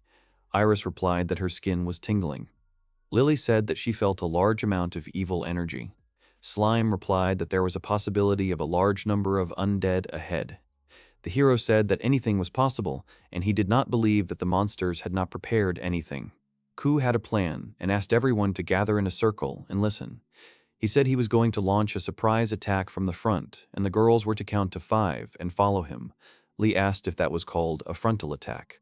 Iris asked if he was going to use the skill, Godly Super Speed, because if he attacks with it, it would be a surprise attack. He confirmed her words and began to attack. They dealt with the monsters, and the guy praised Lily. The girl said that they conquered the 3rd floor. The slime replied that they were almost there, and they needed to try hard. The Elder Lich hides in the deepest part of the labyrinth, that is, on the 4th floor. The Elder Lich is a type of undead that has the ability to regenerate. Since the purifying light was ineffective against it, there is a chance that even holy lightning will not work. The guy thought about forced purification using the Yggdrasil branch, but he doesn't know if it will work on the Elder Lich. Each type of undead has a forced purification process prepared. To perform a forced purification on an Elder Lich, it will take about 60 seconds to prepare the process. The hero thought that was a long time considering that they would be in the middle of a battle. The system said that the preparation could be shortened by using a skill on the Elder Lich or attacking him with Holy Lightning. The boy replied that there was no virtue in prolonging the battle, so he suggested that his comrades not forget about it and develop a strategy. The hero saw that the Elder Lich appeared. He thought that if this were a game, there would be a cutscene. Lilia started using her skill. The guy thought that a surprise attack was the key to any fair game, but one attack was not enough. The Elder Lich began to cast a spell, and ribbons of dark magic appeared from his hands and headed towards the heroes. The system told the hero that the analysis was complete. The time needed to create the forced purification process was reduced to 24 seconds. The guy said that he needed another jump. The boy wondered about the undead that were created as a result of the disaster. There is a list of words that make him overwhelmed with curiosity. The required time was reduced to only 10 seconds. Iris noticed that the situation did not look good. Lily said that she felt a very strong evil aura. The protagonist asked what was going on. There are only 3 seconds left until the analysis is complete, and he needs to do it before something happens. He turned to the girl, and she immediately understood him. The guy started to activate the branch. The process of creating a forced purification against the undead named Elder Lich. The system notification indicated that with the defeat of the Elder Lich, the curse of Black Death was lifted, and the protagonist's level reached 99. He was happy about this. The girls began to rejoice that it was all over. The hero said that it was all thanks to their coordinated work. They raised their fists in a sign of camaraderie. The guy said that the Count's curse had been successfully lifted, and Iris replied that she was glad that Shuri had not turned into a ghost town. However, the Elder Lich used this underground room as his citadel. She was asked what was wrong. She replied that there were many traps along the way, and she did not understand how he managed to get out of there and return back. The guy assumed that he used space-time magic or something similar. The protagonist has something that bothers him about the skill's interpretation. He asked what the Elder Lich was doing. Kou began to think about the dark priest who worships the glutton dragon and performs a gluttony ritual. He asked if they had interrupted his ritual. The boy asked the system to analyze the magic circle. Iris noted that it was very beautiful and warm. Lily asked the protagonist what he was doing. Kou replied that he was analyzing the magic circle because the Elder Lich was performing some kind of ritual there. Slime said that she couldn't let the master work alone, and she was also capable of something. The creature said that he managed to gain access to the altar system and was able to rewrite the ownership rights. The boy thought, as expected from a magical creature born in an ancient civilization. The analysis was complete. Or asked the protagonist if he was okay. Kou replied that he was fine, but he learned more about the rituals that were performed there. The Calamity cult's believers first performed the Immortal Soldier ritual, which summoned skeletal soldiers. Afterwards, the believers sacrificed themselves for the Immortal King ritual, summoning the Elder Lich. The role of the skeleton soldiers was to protect the temple, and the role of the Elder Lich was to conduct the third ritual, the ritual of gluttony. It follows, therefore, that the Elder Lich came to the surface once every few hundred years to collect sacrificial souls using the curse of the Black Death, and had been preparing the ritual for 4,000 years. The guy said that, in other words, the Elder Lich mentioned in the records is the same Lich they just defeated. The girl asked if that meant he had avenged all the victims up to that point. The heroes replied that the problem was in this ritual. He added that it appeared that this ritual was to summon an entity known as the Great Calamity. The girls asked about it again. Lily said that she had heard of a disaster that surpassed all known ones. She asked if this could be the Great Disaster. The guy confirmed it. He said that the insatiable gluttony dragon that is summoned by the gluttony ritual is more powerful than the new dragon. The girls were horrified. They asked him again about the new disaster being more powerful than the black dragon. Iris said that if such a creature appeared on the surface, it would be a huge problem. Lily asked if they managed to stop the ritual. The hero answered that he himself was interested in knowing. The original inhabitants of the city were supposed to die, and their souls would be offered to the gluttonous dragon as sacrifices, but they managed to prevent this. Suddenly, everything around them began to shake. Iris said that it was an earthquake like the one yesterday. Lily noted that she felt unwell. A magic circle appeared near the guy, from which a sword appeared. The girl was surprised that even the shield of the dragon god appeared. A notification from the system said that the resurrection of the glutton dragon had been detected. The guy said that a monster was approaching them. Lily said she felt a terrifying presence, as if her soul was being crushed. The guy asked if she was okay, to which the girl responded positively, offering to return to the surface. The hero agreed, and Slala approached him. He said that he had changed the owner of the object to himself. Iris noted that it was instantaneous and assumed that the Elder Lich used a similar method for entry and exit. Lily drew the attention of her comrades and pointed her finger to the side. The guy was surprised and saw a flying sphere. He stood in front of the girls, blocking them, and said that he thought they had prevented the gluttony ritual. The heroes heard a high-pitched, song-like cry. The creature looked like a dragon. The slime asked him about this, to which he replied that he himself did not know whether he could even be called a dragon. The protagonist said that their efforts were not in vain, but the problem is whether they can defeat him or not. He thought that his inaction would likely lead to the destruction of the entire region, and he had to do everything in his power. The girl turned to the main character and said that the city was in danger. The guy stretched his hand forward and shouted. A robot-like man appeared. The hero asked to lift everyone on board and follow the monster at full speed. The robot said he understood. Slala asked what about himself.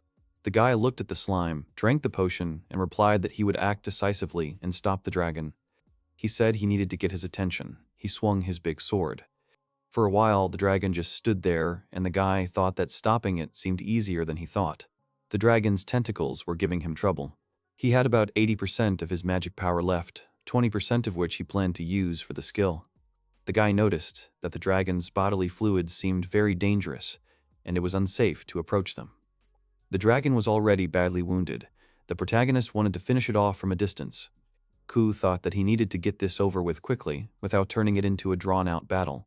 He was going to put half of his remaining magic power into a magic skill. The guy was surprised because the attack went through the dragon. He didn't know what was happening and thought that his attack was ineffective. His magic power was only 10%. He could no longer waste his magic power mindlessly. The main character looked up in horror and realized that he could not move, but he did not understand the reason for this. He rolled head over heels onto the ground and hit his head, then looked away in surprise. He didn't know what it was. He was overwhelmed by the feeling that he was drowning in a dirty swamp, and his magical power was exhausted. The guy thought it was unfair. The dragon was able to pass through his attacks, while the dragon's attacks hit the hero himself.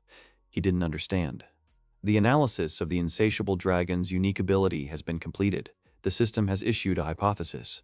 The glutton dragon could cause various phenomena by interfering with the surrounding space. He could make himself transparent, slip through enemy attacks. The hero thought that this was very bad, and as long as the dragon had such power, he had no chance. He thought that fortunately the dragon's powers had a limit. He cursed as the monster resumed its advance toward the city. The boy thought he wanted to protect the city, but he couldn't win because he had used up all his magic power. If he wanted to retreat, he had to do it now, but that meant he would have to abandon the city. He hadn't exhausted all his possibilities yet, and he still had many items and skills that he hadn't used. The guy wasn't going to give up. Just like when the hero fought the Black Dragon, his level exceeds the maximum and continues to rise. The guy glowed along with his weapon. The seal of Yggdrasil is removed. Now, the allowed use rate is 20%. The heroes looked closely at the weapon with a puzzled face and asked if it could be used to defeat the dragon. The system told him that in order to use the Drossel bow, he would need magical power. He thought he needed to team up with Lily. The protagonist was asked if he was okay. Kou responded in a veiled manner that he was fine and asked him to rush after the dragon as fast as he could. Iris told the hero that he was glowing. The guy replied that a lot had happened. The slime said that the guy looked shiny and cool. Kou turned to Lily. She replied that she knew the principle of using it because she had seen it in predictions many times since childhood. He said that it made things easier and asked her to share her magical power. The girl thanked him for everything. Tears welled up in her eyes. She smiled. She said that she would give her life to him. The guy replied that he only needed magical power, not her life. The girl was surprised and did not know what to say. She started apologizing and saying that it was a misunderstanding and asked him to forget about it. He said they would discuss the details later and asked her to draw the bow with him. The girl complied and said that this part was the same as in her dream. She thanked him.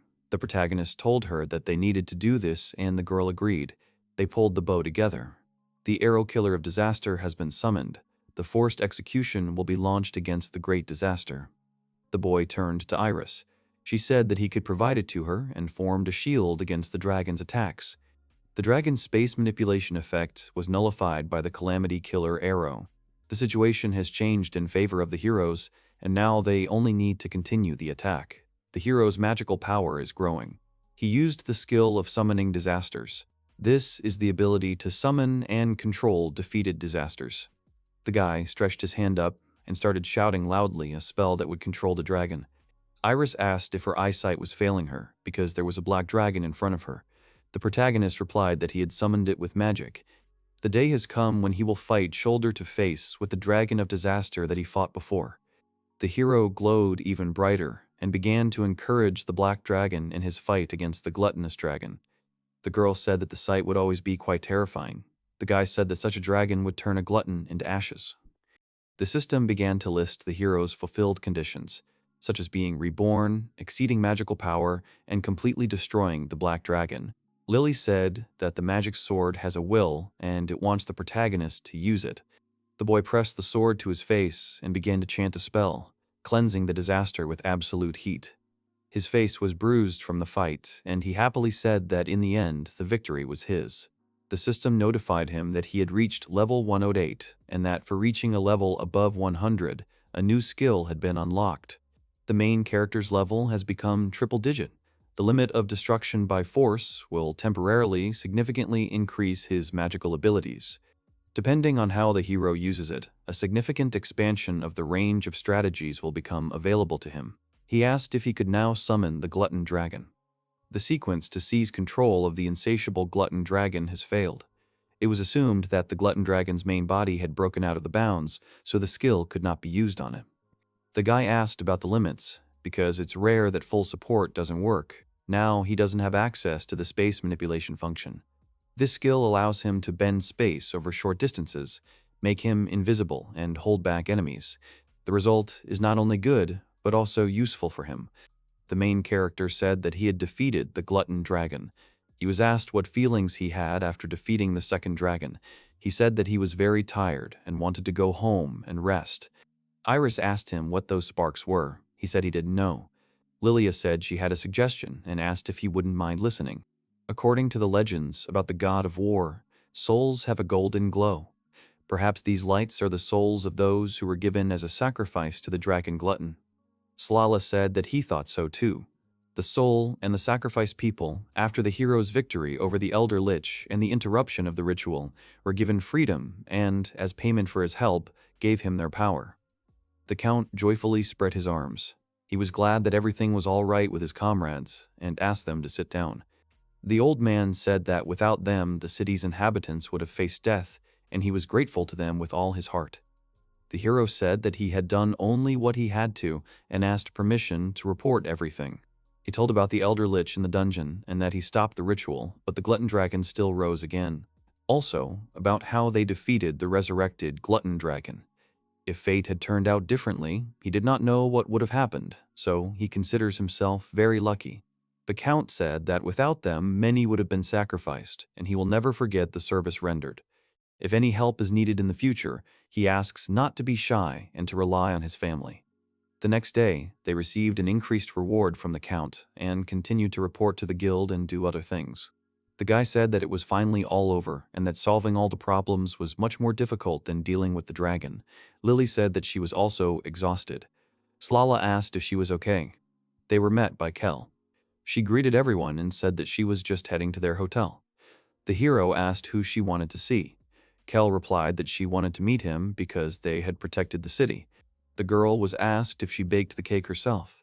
She replied that her parents have a pastry shop and she and her aunt baked it and guarantee that it is very tasty. The slime is looking forward to eating it. Kel also heard that he had defeated another dragon and asked if this was madness and if he was too strong. Iris replied that this was madness and at this rate he would kill the third dragon. The girl replied that she agreed and he would be able to easily defeat not only 3, but also 3, 4, 5, or even 6 dragons. The guy did not like this answer. Kel suggested they drop the jokes. She said that since she had given them the cake, her business was done, and she went home. Slala said that he really wanted to eat. The hero suggested going back to the hotel. Iris supported this idea. She suggested considering today a holiday. The heroes enjoyed the cake. Each of them closed their eyes with pleasure. The girls praised the dessert. Iris said she couldn't believe they had won. Lily replied that if it weren't for the main character, they would have been in big trouble. Kou replied that he could not have done it alone, and that such an outcome was only possible thanks to the help of the girls. Iris said she was glad to be of service, and Lily said there was no need to thank her. She remembered the incident where she says she gives her life. The protagonist asked what she meant when she said that. The girl was a little embarrassed, but still answered. He asked if it was difficult for her to talk about it. She said that it was not, and that she simply did not understand much of it herself. Slala said that then she should share with them. Ancient scholars say that if you talk to someone, everything in your head will become clear. She was asked to try to share her doubts with them because it might solve her problem. She agreed and said that maybe he was right. Lily said that, as she had already explained, according to the traditions of the religion of the god of war, the priestess of the god of war has 2 missions. Kou added that one of them was to give the Yggdrasil bow to the reincarnated, and the second was to find the magic sword Gram. The girl agreed. She said that there is a third mission that is not spoken of in the traditions, and she learned about it as a child through foresight.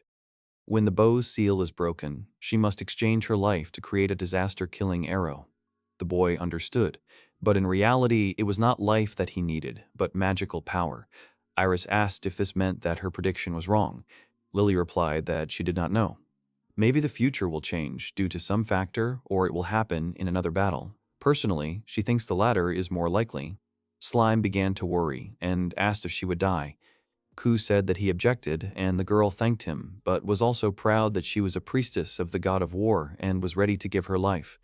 In the battle with the devilish Entine Nethuja, the heroes saved her from a dangerous situation and, if necessary, she will sacrifice herself to repay the debt. The guy said that, even if a situation like the one she had predicted happened, he would look until the very end for a way to prevent her from being sacrificed and asked if she was okay with it.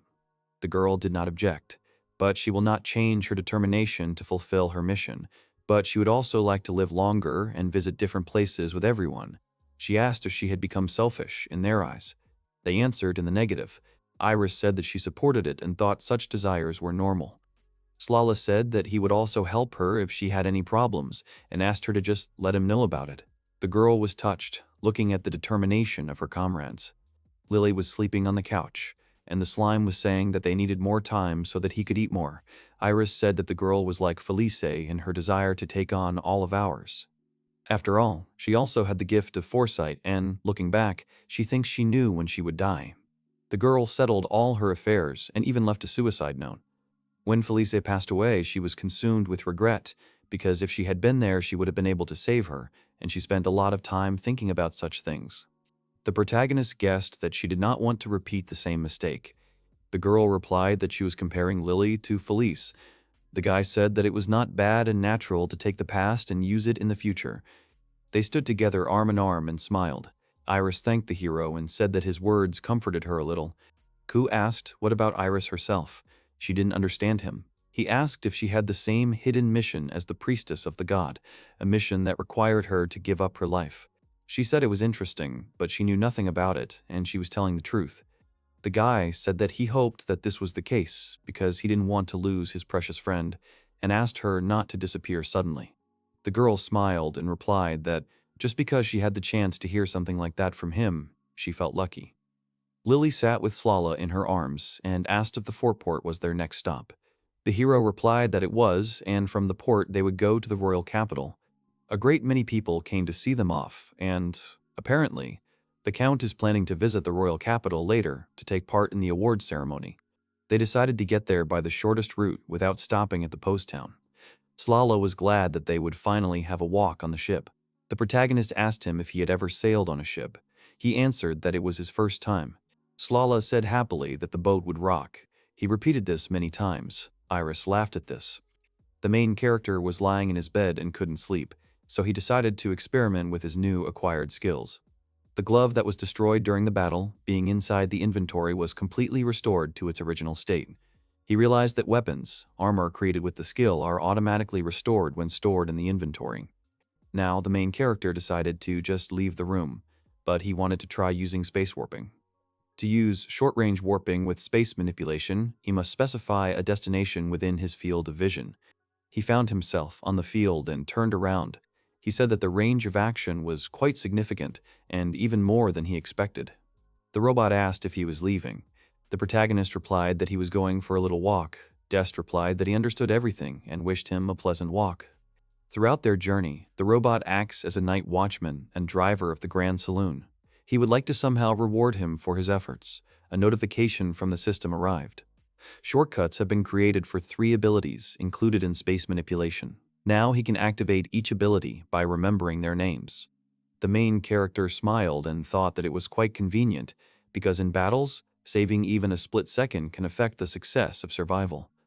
Kou decided to test the intangibility skill. He began to look around for monsters nearby. The hero heard a sound that came from the forest in front of him. The monster reacted excitedly to the glove made of black spider. For the main character, it was not particularly important and meaningless. By manipulating space, he is able to enter a state where he is kind of here, but not here, that is, the hero is invincible. The skill's maximum duration is about 6 seconds. Kou decided to try the spatial restriction, but something distracted him. He said that then his plans change, and he is forced to deal with the monster quickly. The guy unsheathed his huge sword. The hero sat down next to the girl and conducted an analysis. She was not injured, but it seemed to him that she did not fit into the surrounding environment. He asked if she was okay, because if she was stung by a scorpion, then she needed immediate help. The girl opened her eyes and asked who he was. Kou replied that he was just an ordinary adventurer passing by, and asked again if she was okay. The stranger replied that she was fine. She asked him not to worry about her and to run away, because it was dangerous there. He asked her what was going on. The stranger said that there was a white scorpion in that forest, and even if he was an A-rank adventurer, he wouldn't be able to deal with it. The hero replied that she shouldn't worry, because he had already defeated him. She was surprised. The girl asked him if he was joking. Kou replied in the negative and said that he had proof. He began to take something out of the magic circle. The protagonist asked her to look at the object in his hands. It was a white scorpion claw. The girl agreed with him. She apologized to him for the awkward question and asked if he was that Kou.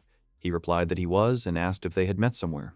The stranger replied that they had not met, but she knew him and apologized for the late introduction. The girl curtsied and introduced herself. Her name is Laetitia de Métier. she is an A-rank adventurer. The girl asked to be called Letitia. She had heard about the hero's achievement, although he had not become an adventurer for long. Kou replied that all this was possible thanks to the help of his friends. Letitia giggled and said that as it was said in rumor, he is very modest. He said that it is delightful. Also, the White Scorpion is rated as an A+ threat. It will take at least 8 A-rank adventurers to defeat it. But the hero managed to defeat it alone, although she was the one tasked with its research. The guy frowned and thought. He wondered how she managed to get out of the fight with such a ferocious monster unscathed, and why she fainted. There was tension between them.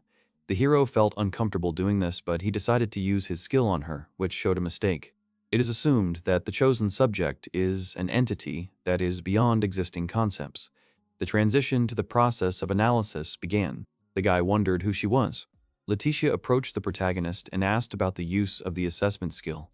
He was surprised that she noticed it. The girl replied that she was sensitive to people's views and she did not believe that he tried to find out women's secrets, although they had just met. She began to come closer to him and said that, in fact, she did not perceive his actions negatively at all. Letitia placed her palm on his cheek and replied, as expected from him, that there was not a single glimmer of fear in his eyes. The girl came so close to him that their skin almost touched. She asked to be allowed to introduce herself again. Letitia once again stated her name and rank, saying that she was a summoned great dragon of calamity and that she was the natural enemy of all living things. The guy couldn't believe that the girl was the great dragon of disaster, because no matter how much he looked at her, she looked like a human. He wondered if this was the same dragon that attacked the city. The system told the hero that the girl's body was human, but supposedly she carried within her the soul of the great disaster, the bright and arrogant dragon. The guy realized that the girl was a disaster in human form. She giggled, covering her mouth with her hand, and asked if she had scared him. She assured that she had no intention of being at odds with them, and once again confirmed this with her words. The protagonist asked what she meant. The girl noted that the mission of the disaster is to destroy the world, but whether she will follow this mission or not is another question. She turned 17 this year. She is in the rebellious stage, albeit a little late. The guy frowned and asked himself if the girl was different from the Black Dragon and the Dragon of Gluttony. She said that his doubt was quite natural, since she had hidden the fact that the cause of her fainting was not the White Scorpion. Letitia asked to be allowed to apologize for this. The hero asked why she lied. The girl answered that everything was quite simple. If she suddenly told him that she was a disaster, he would consider her strange. The guy agreed with this. Kou asked why she decided to reveal her true face. The girl replied that it might sound strange, but she had a feeling that she had met him somewhere in the distant past. He told her that they had never met before. This was his first meeting with her. But when he answered her question, a strange feeling pierced him, as if he had once talked to a girl. It was an incomprehensible feeling for him. As she had already mentioned, large monsters had been seen in the area several times. It was the investigation into this case that led her to the forest. The White Scorpion is a ferocious monster. If left unattended, it can cause damage to neighboring cities and villages, so it is better to stop the trouble as soon as possible. The protagonist agreed with this, but attacking the White Scorpion alone would be reckless. The girl smirked and said that she herself was a disaster. She would not lose to a simple white dragon. The guy noted that the girl had fainted and asked what had happened. She replied that she wasn't quite sure, because before she lost consciousness, she'd felt something like pressure from another disaster nearby. She added that the glutton dragon was apparently badly injured, and she wondered what had happened to it. Kou replied that it could have been due to its use of space manipulation. The girl exclaimed how he could have such a unique ability. The guy replied that he simply took it. She was surprised, but understood him. Letitia took his left hand in hers and said that she felt the presence of a black dragon there and asked if he could summon. The hero replied that he was surprised at her guess. He said that he knew what it meant to be a disaster and that there were 3 natural enemies of disasters. One was a hero who possessed the art of dexterity. Another was a sage who possessed a natural magical gift. And the last was a demon lord who possessed the prize of disasters. The girl asked if he was a demon lord.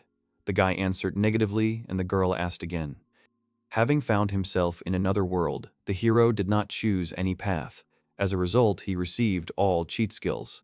The girl listed 3 natural enemies of disasters and said that the hero possessed them all. She asked if such a thing was possible. Letitia noted that Kou was indeed an unusual creature. She clapped her hands and said that she was very interested in him and, if he didn't mind, she would like to accompany him on his journey. The girl said that since the proposal was unexpected, if he suddenly feels uncomfortable, he can refuse. However, the hero did not object. For a second, the girl did not know what to answer, and then asked if he really did not mind at all. Kou said that it was already quite late, and he was uneasy about leaving the girl in the mountains. She thanked him and said that she accepted the condition. Letitia asked if he realized that she was a disaster. He clarified that she was a disaster that had no plans to confront him. The girl decided that she would only aim her fists at villains and monsters. The guy replied that there would be no problem then. The girl laughed, and the guy asked her what was the matter. She said that the main character has a big heart, and that's great. Kou got embarrassed and said that she was overestimating him. The system announced that it agreed to the girl accompanying the protagonist on his travels. But he completely forgot about her.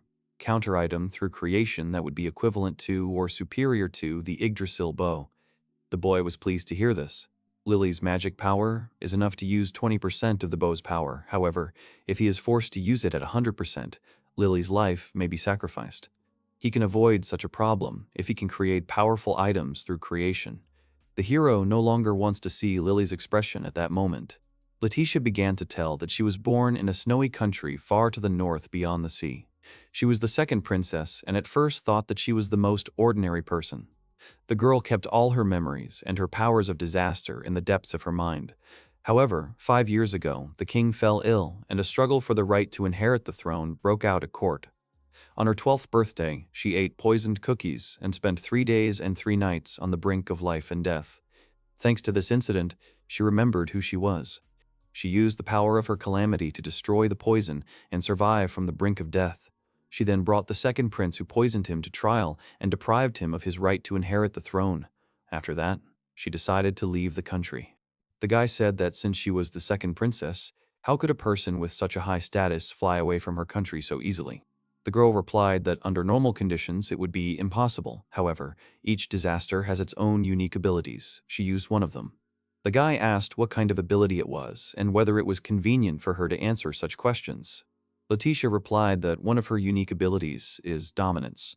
Simply put, it's a kind of brainwashing. By pouring dragon factors into everything she touches, she can turn people and things into her puppets. The girl stood in front of the tree and touched its trunk with her hand, beginning to read the spell about shedding leaves. All the fallen leaves fell on the girl, and the guy extended his hand to help her up. She asked if he was afraid to touch her, because she could use her skill on him. The main character said that if that were the case, she would not have told him about this ability. The girl asked again, and the guy confirmed her words.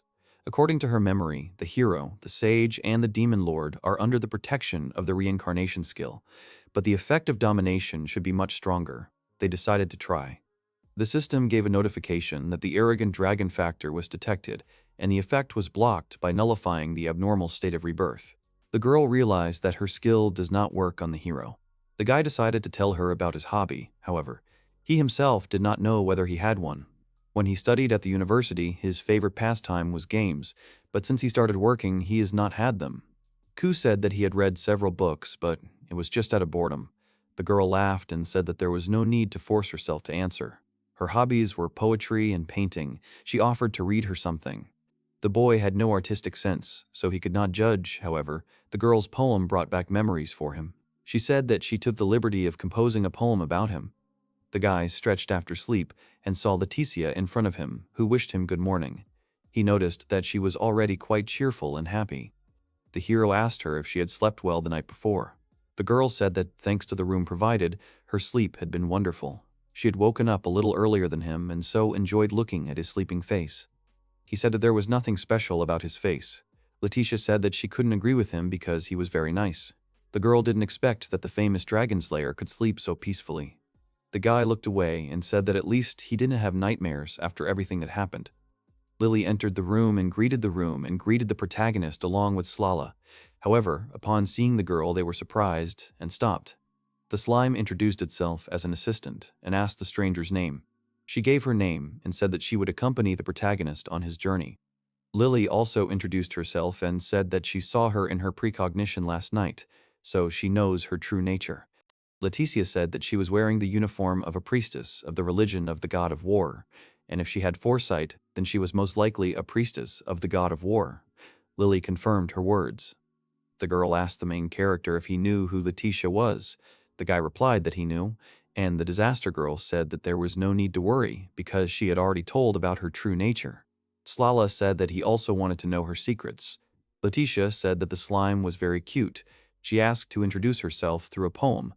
After she finished, she looked at the boys carefully. Lily looked at her questioningly. Slala was horrified that the stranger was a disaster. He said that they were in trouble, but the girl did not seem like a bad person. The guy confirmed this and was surprised that someone could understand her poems. Leticia said that she preferred to create things rather than destroy them. Iris entered the room and wished everyone a good morning and was surprised that everyone got up so early. Then, when she saw the girl, she froze. Iris turned to the girl. Leticia said that they had not seen each other for a long time. The guy was surprised that they already knew each other. The protagonist wanted to ask another question, but Lily's stomach growled. She apologized for interrupting the conversation. Kou suggested having breakfast. Leticia looked at her favorite dish with delight in her eyes. The guy said there was more, so if she wanted more, she should let him know. She said she would take him at his word. Kou asked Iris if she knew the girl. She replied that when she was on a mission to defeat a dangerous monster, Leticia was on the same team to destroy it. The girl said that it was a year ago, and the atmosphere around her had changed a lot compared to what it was before. Iris was surprised, and asked again. However, she did not deny the possibility that she had changed a little. Leticia answered that it was not a little at all. Before, she was much colder and more distant and pushed people away from her. The guy thought that in the end, the girl had overcome a lot and had changed for the better. Iris looked at the main character, then lowered her head and said that she was pleased to hear that, and Leticia understood what her friend was feeling. Calamity said that she now understood who exactly had changed the girl. Iris asked her to shut up. Iris asked if she and her fearlessness were also inseparable, to which Leticia replied in the affirmative. She is a great disaster, a bright and arrogant dragon, and the only thing that can scare her in the world is gaining weight. The girl said that she heard something crazy. The other one answered that she didn't tell her about it. In fact, she is a dragon of disaster and can find out the details from the main character. The story ended and Iris asked the main character if he really decided to trust her. The guy answered positively. The girl answered that then she had no objections. She believed in him and his decisions. Leticia asked if she really didn't mind because she could deceive the main character. The girl replied that there was no problem because he was a perceptive person. However, the guy said that even he could make mistakes sometimes. Iris said that if something like this happens, he can count on her support because they are friends. The guy said she was right, and they smiled sweetly at each other. Leticia began to whisper to Lily that initially there were 3 people in the conversation, but before she could blink, he was left on the sidelines. She was asked not to be discouraged. She said that her position is also interesting in some way. She will simply silently observe the heroes. According to their calculations, they would arrive at the fort port before noon. Until then, they decided that each of them would do what they wanted. The main character devoted his time to creating new items, and this time he managed to create 2. He suggested that the black spider and the white scorpion had the same ancestors. Slala said that the hero was perceptive and that the 2 monsters were like brothers born of the same seed. A similar story is told in Dragon Legends. Because they share a common ancestor, black spiders and white scorpions have been fighting each other since ancient times to determine the rightful heir. This is similar to human history. The guy thought about how in Norse mythology, Jallarhorn is a horn that announces the end of the world. If he blows into it, it won't be the end of the world or anything like that. From another room, a girl exclaimed and said that she had finished painting. She asked everyone to look at her masterpiece. The main character said that she draws very well and amazingly. Leticia said that it was a great honor for her to receive such a compliment. The key point in the drawing is the main character's face, drawn from the side. She managed to successfully convey his calm and unperturbed expression. Iris noted that the feeling of complete confidence is exactly the same as Kou's. Slala asked if Leticia could master the painting skill. She answered positively. In addition to her skill, she also used her power of disaster. The guy thought that using the power of disaster in this way was not very good. However, it is much better when it is used for non-destructive purposes. Des turned to the main character and asked him to look outside. Everyone stuck their head out of the window and saw a beautiful view of the sea. Slala was surprised that the sea was sparkling, and Lily felt the salty breeze. The guy had not been to the sea for a long time, and he felt very good now. The guy looked carefully and thought that the sea stretched to the very horizon, and nothing blocked his view. They should be near the port. It should be a crowded port, but there was not a single ship there, and the protagonist realized that something was wrong. Dest announced that there was a minor earthquake, and he was stopping for a while for safety. Leticia noticed that earthquakes had become more frequent recently, and, if her memory serves her correctly, they were happening once every 3 days. This was very ominous. Des said that they had arrived at the port and thanked him for his patience. The protagonist thanked him and wished him a good rest. A young man approached the guy and asked who he was. He said that a certain situation had developed in the city. The guy knew that they were tired from a long journey, but asked them to first stop by the Adventurers Guild. The heroes saw the half-destroyed city and were horrified. All the ships in the port were completely destroyed. Iris said it didn't look like a monster attack. The boy said it was pirates who did their best. The protagonist was surprised. The guy explained that there had been an attack early in the morning, as a result of which the port had been completely destroyed. This was done by just one pirate ship. They had an ancient weapon in the form of a huge battleship, and the cannon mounted on its bow destroyed the port. The pirates then sent a messenger to the city, demanding money, food, and any young women. If the city's inhabitants did not fulfill the conditions, or if even one person escaped from the city, they would renew the attack and burn the city and its inhabitants. The protagonist called the pirates pathetic scum. If the ancient weapon falls into the wrong hands, many people will suffer. Leticia said that such behavior is simply unforgivable. The strong oppress the weak in the name of their desires, and such evil cannot be left unpunished. The girl said decisively that they must strike the pirates with the iron fist of justice. The protagonist fully supported her. The same determination could be seen in the eyes of his other comrades. They said they would go together. Walking through the streets of the city, many people noticed the guy and recognized him as the Dragon Slayer. They talked among themselves that he had defeated many monsters, and that together with him they would be able to defeat the pirates. Iris noticed that the atmosphere in the guild changed immediately after the main character appeared. Kou replied that he had done nothing. Leticia noticed the boy's awkwardness. She said that even someone like him had a cute side. The girl asked if the others agreed with her, to which they replied that the main character is very often shy. Kou felt uneasy at the attention of his comrades. He thought Slala was very observant. The pirate envoy was in the staff canteen and was awaiting their response over refreshments. He also does not deny himself anything. This behavior caused indignation among the heroes. However, it was impossible to act differently, otherwise difficulties would arise. The messenger said that if anyone tries to interfere with him, he will contact the main group using a communication device, and an all-out attack will be launched immediately. The protagonist realized that this was a problem.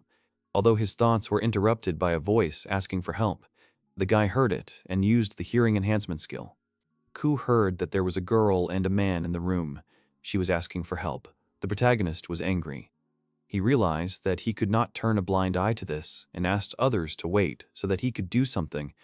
They approached the door and heard sounds coming from there. Leticia and Kou decided to help together. The girl said that he never ignores cries for help. The protagonist noted that she resembled a hero from legends. It was a great honor for her to hear such words from a hero like him. They abruptly entered the room. The tearful girl saw the heroes and asked them for help. The pirate asked them not to interfere with him. He recognized Kou, and he was surprised where they knew him from. The pirate introduced himself and got angry that the hero forgot him. The guy didn't care. His priority was to save the girl. He decided to try a new item. It was a glove that suppressed other people's powers. The pirate fell to the ground and he asked if the girl was okay. She thanked him for saving her. Leticia said that she didn't even have to do anything, and she was disappointed. The protagonist said that he would use her power another time, and she agreed. However, the girl is afraid that her fighting spirit will not let her sleep tonight. Thus, a state of furious disaster is not far away, and this is not good. Meanwhile, in the Adventurers Guild, the heroes were being thanked for standing up for the protection of a valuable employee. The man was the head of the city's Adventurers Guild branch. He introduced himself. The guy said that it was because of him that the negotiations with the pirates were ruined, and he was very sorry. Jess said that he valued his employees as his own children, and he was not going to comply with the demands. The protagonist asked what the man meant. He replied that the pirate ship was an ancient weapon and it had terrible power. Even if the city's adventurers united and fought back, the entire city would still be burned to the ground. However, the presence of the Dragon Slayer could have a different effect. He had heard from the guards that the heroes would arrive in the city before noon and had been waiting for them to arrive, pretending to negotiate with them. The boy realized that the man was simply buying time. The rescued girl said that if the main character is with them, they will be able to cope with the pirates. She believes in it. Jess knows all of Kou's achievements. They asked to use his power and get rid of the pirates to save the city. The guy said he understood them and asked to tell him everything in detail. They explained to him that from the messenger's words it follows that the pirates originally belonged to the mercenary guild. The protagonist thought about what happened in Annen. When the mercenaries tried to plunder the city, they were driven away by Dest. They could have become pirates. The man said that pirates are often those who have lost their place in life. The escaped mercenaries also join them. The protagonist does not know where they got the ancient weapon from, but its presence among irresponsible mercenaries is unacceptable. He asked if all the pirate forces are known. Jess apologized and said he was busy putting out a fire and was unable to. Kou said there was nothing wrong with that. He suggested they just interrogate the guy who was unconscious. Leticia said that if they wanted to get information from this guy, she had an idea. She used her skill on him. The protagonist was surprised by the girl's abilities. She said that she leaves the rest to him. The guy agreed with this. The guy touched the pirate with his hand and a very strong current passed through him, causing sparks to fly. He woke up and started screaming, "I don't understand what's happening and why everyone gathered around him." He started to swing his legs and hit them on a flower pot, which then fell right on him. The protagonist asked if he was okay. The pirate asked him to shut up and said that he was a messenger and he would not get away with what he was doing to him. The pirate found out who the main character was. He said that he had not forgotten how he had treated him. Kou did not understand what this man was talking about. The messenger said that if he had not helped the old man, they would have avoided exposure for having abandoned the request for an escort, and one only has to remember how he was filled with irritation. The protagonist guessed that the guy was one of those mercenaries, but he vaguely remembered it. The pirate grinned evilly and said that his leader was a former rank B mercenary named Dox. He asked if he remembered him. Kou replied that it could be. The messenger began to shout that when he learned that the protagonist was in Fortport, he would abandon the negotiations and immediately rush to attack. Because of him, this city would be finished and he could only drown in regrets. The boy said that he would never allow this to happen and that he would destroy the pirates. He asked the messenger to tell him everything he knew. The pirate began to resent the fact that the protagonist was threatening him. He was not going to listen to his orders, but he immediately agreed. The guy said that he would follow the main character's orders and tell everything himself, and then he swore. He did not understand what was happening and why his race was moving on its own. A man who abuses his position to force people to do his will is himself, through the power of domination in the power of other people. Iris said that she was curious where they learned to control them. The protagonist replied that the mechanisms of these ships must be different from modern ones. Slala said that the ancient ships are magnificent creations. They are equipped with training devices that will teach you how to control them, and there is artificial intelligence on board to help you. Leticia noted that she expected this from an ancient civilization. However, this convenience did not come true. The protagonist said that since anyone can control them, if they fall into the wrong hands, it will be a big problem. This situation is a clear example of that. Lily said that a tool can be good or bad depending on who uses it. The second piece of information was that a separate pirate squad was hiding on the Western Road. The pirates were well prepared, and no one expected that they had forces on land. The main character thought that their goal was to catch and rob people who decided to flee the city. Slala added that they had traveled from Surrey to the foreport by road, but had not seen a single pirate. Kou replied that they had taken the direct route, the shorter but safer eastern road. Iris said that if the residents of Fort Port fled the city to Surya, they would choose the western road. The protagonist replied that usually any sane person would choose the safer route, and that was why the pirates limited their choice to the western route. The third piece of information concerned the size of the pirate group. The pirates are a large group, numbering over 200 people, and there are about 120 people of the main group on board the ship. Lily said that, in other words, about 80 people are moving separately. Leticia explained that neither the main group nor the remnants are a number that can be neglected. In the opinion of the protagonist, it is best to defeat the pirates here and now. The girl said that if they let even one escape, it could lead to more trouble. She hopes to catch them all. The pirates thanked him for the information they needed and asked for one last request. At first, he began to refuse. The messenger did not understand who would do what the hero asked. He suddenly said that he would gladly carry out all the instructions. The pirates asked not to be shy about ordering him around like a dog. He started barking. Slala repeated after him and said that he imitated much better. Kou asked to answer honestly where the magical communication device with the main group was. It was in the right pocket of the messenger's trousers. The main character was going to use the communicator and warned the pirate about it. Then he asked him to rest, and the guy agreed. He was electrocuted again. Now that the heroes had all the information they needed, they decided to strike back. To counter such a large number of pirates, the branch manager asked for help from the Fort Port adventurers. Meanwhile, they moved to an open area to prepare for battle with another group. The boy asked if they were going to destroy the other group first. The heroes answered negatively. Kou held the sacred Gaialarchon in his hands. It had the same symbol as Lily, the symbol of the god of war. This is the symbol of the supreme god. According to the legends of the religion, the god of war gathers the souls of brave warriors in his castle in the divine world and prepares them for the coming war. The story is similar to Norse mythology. The supreme god Odin was gathering fallen warriors into Valhalla in preparation for Ragnarok. Lily began to read a prayer and said that perhaps the main character was not only reincarnated, but also the successor of the god of war. Letitia said that it sounded cool. However, right now, the protagonist needs to do something. He began to play the trumpet. The system explained that since Kou was level 109, the maximum number of warriors he could send was 1090. After the summoned warriors appeared before them, the protagonist asked them to fight with them in the name of protecting the city's residents.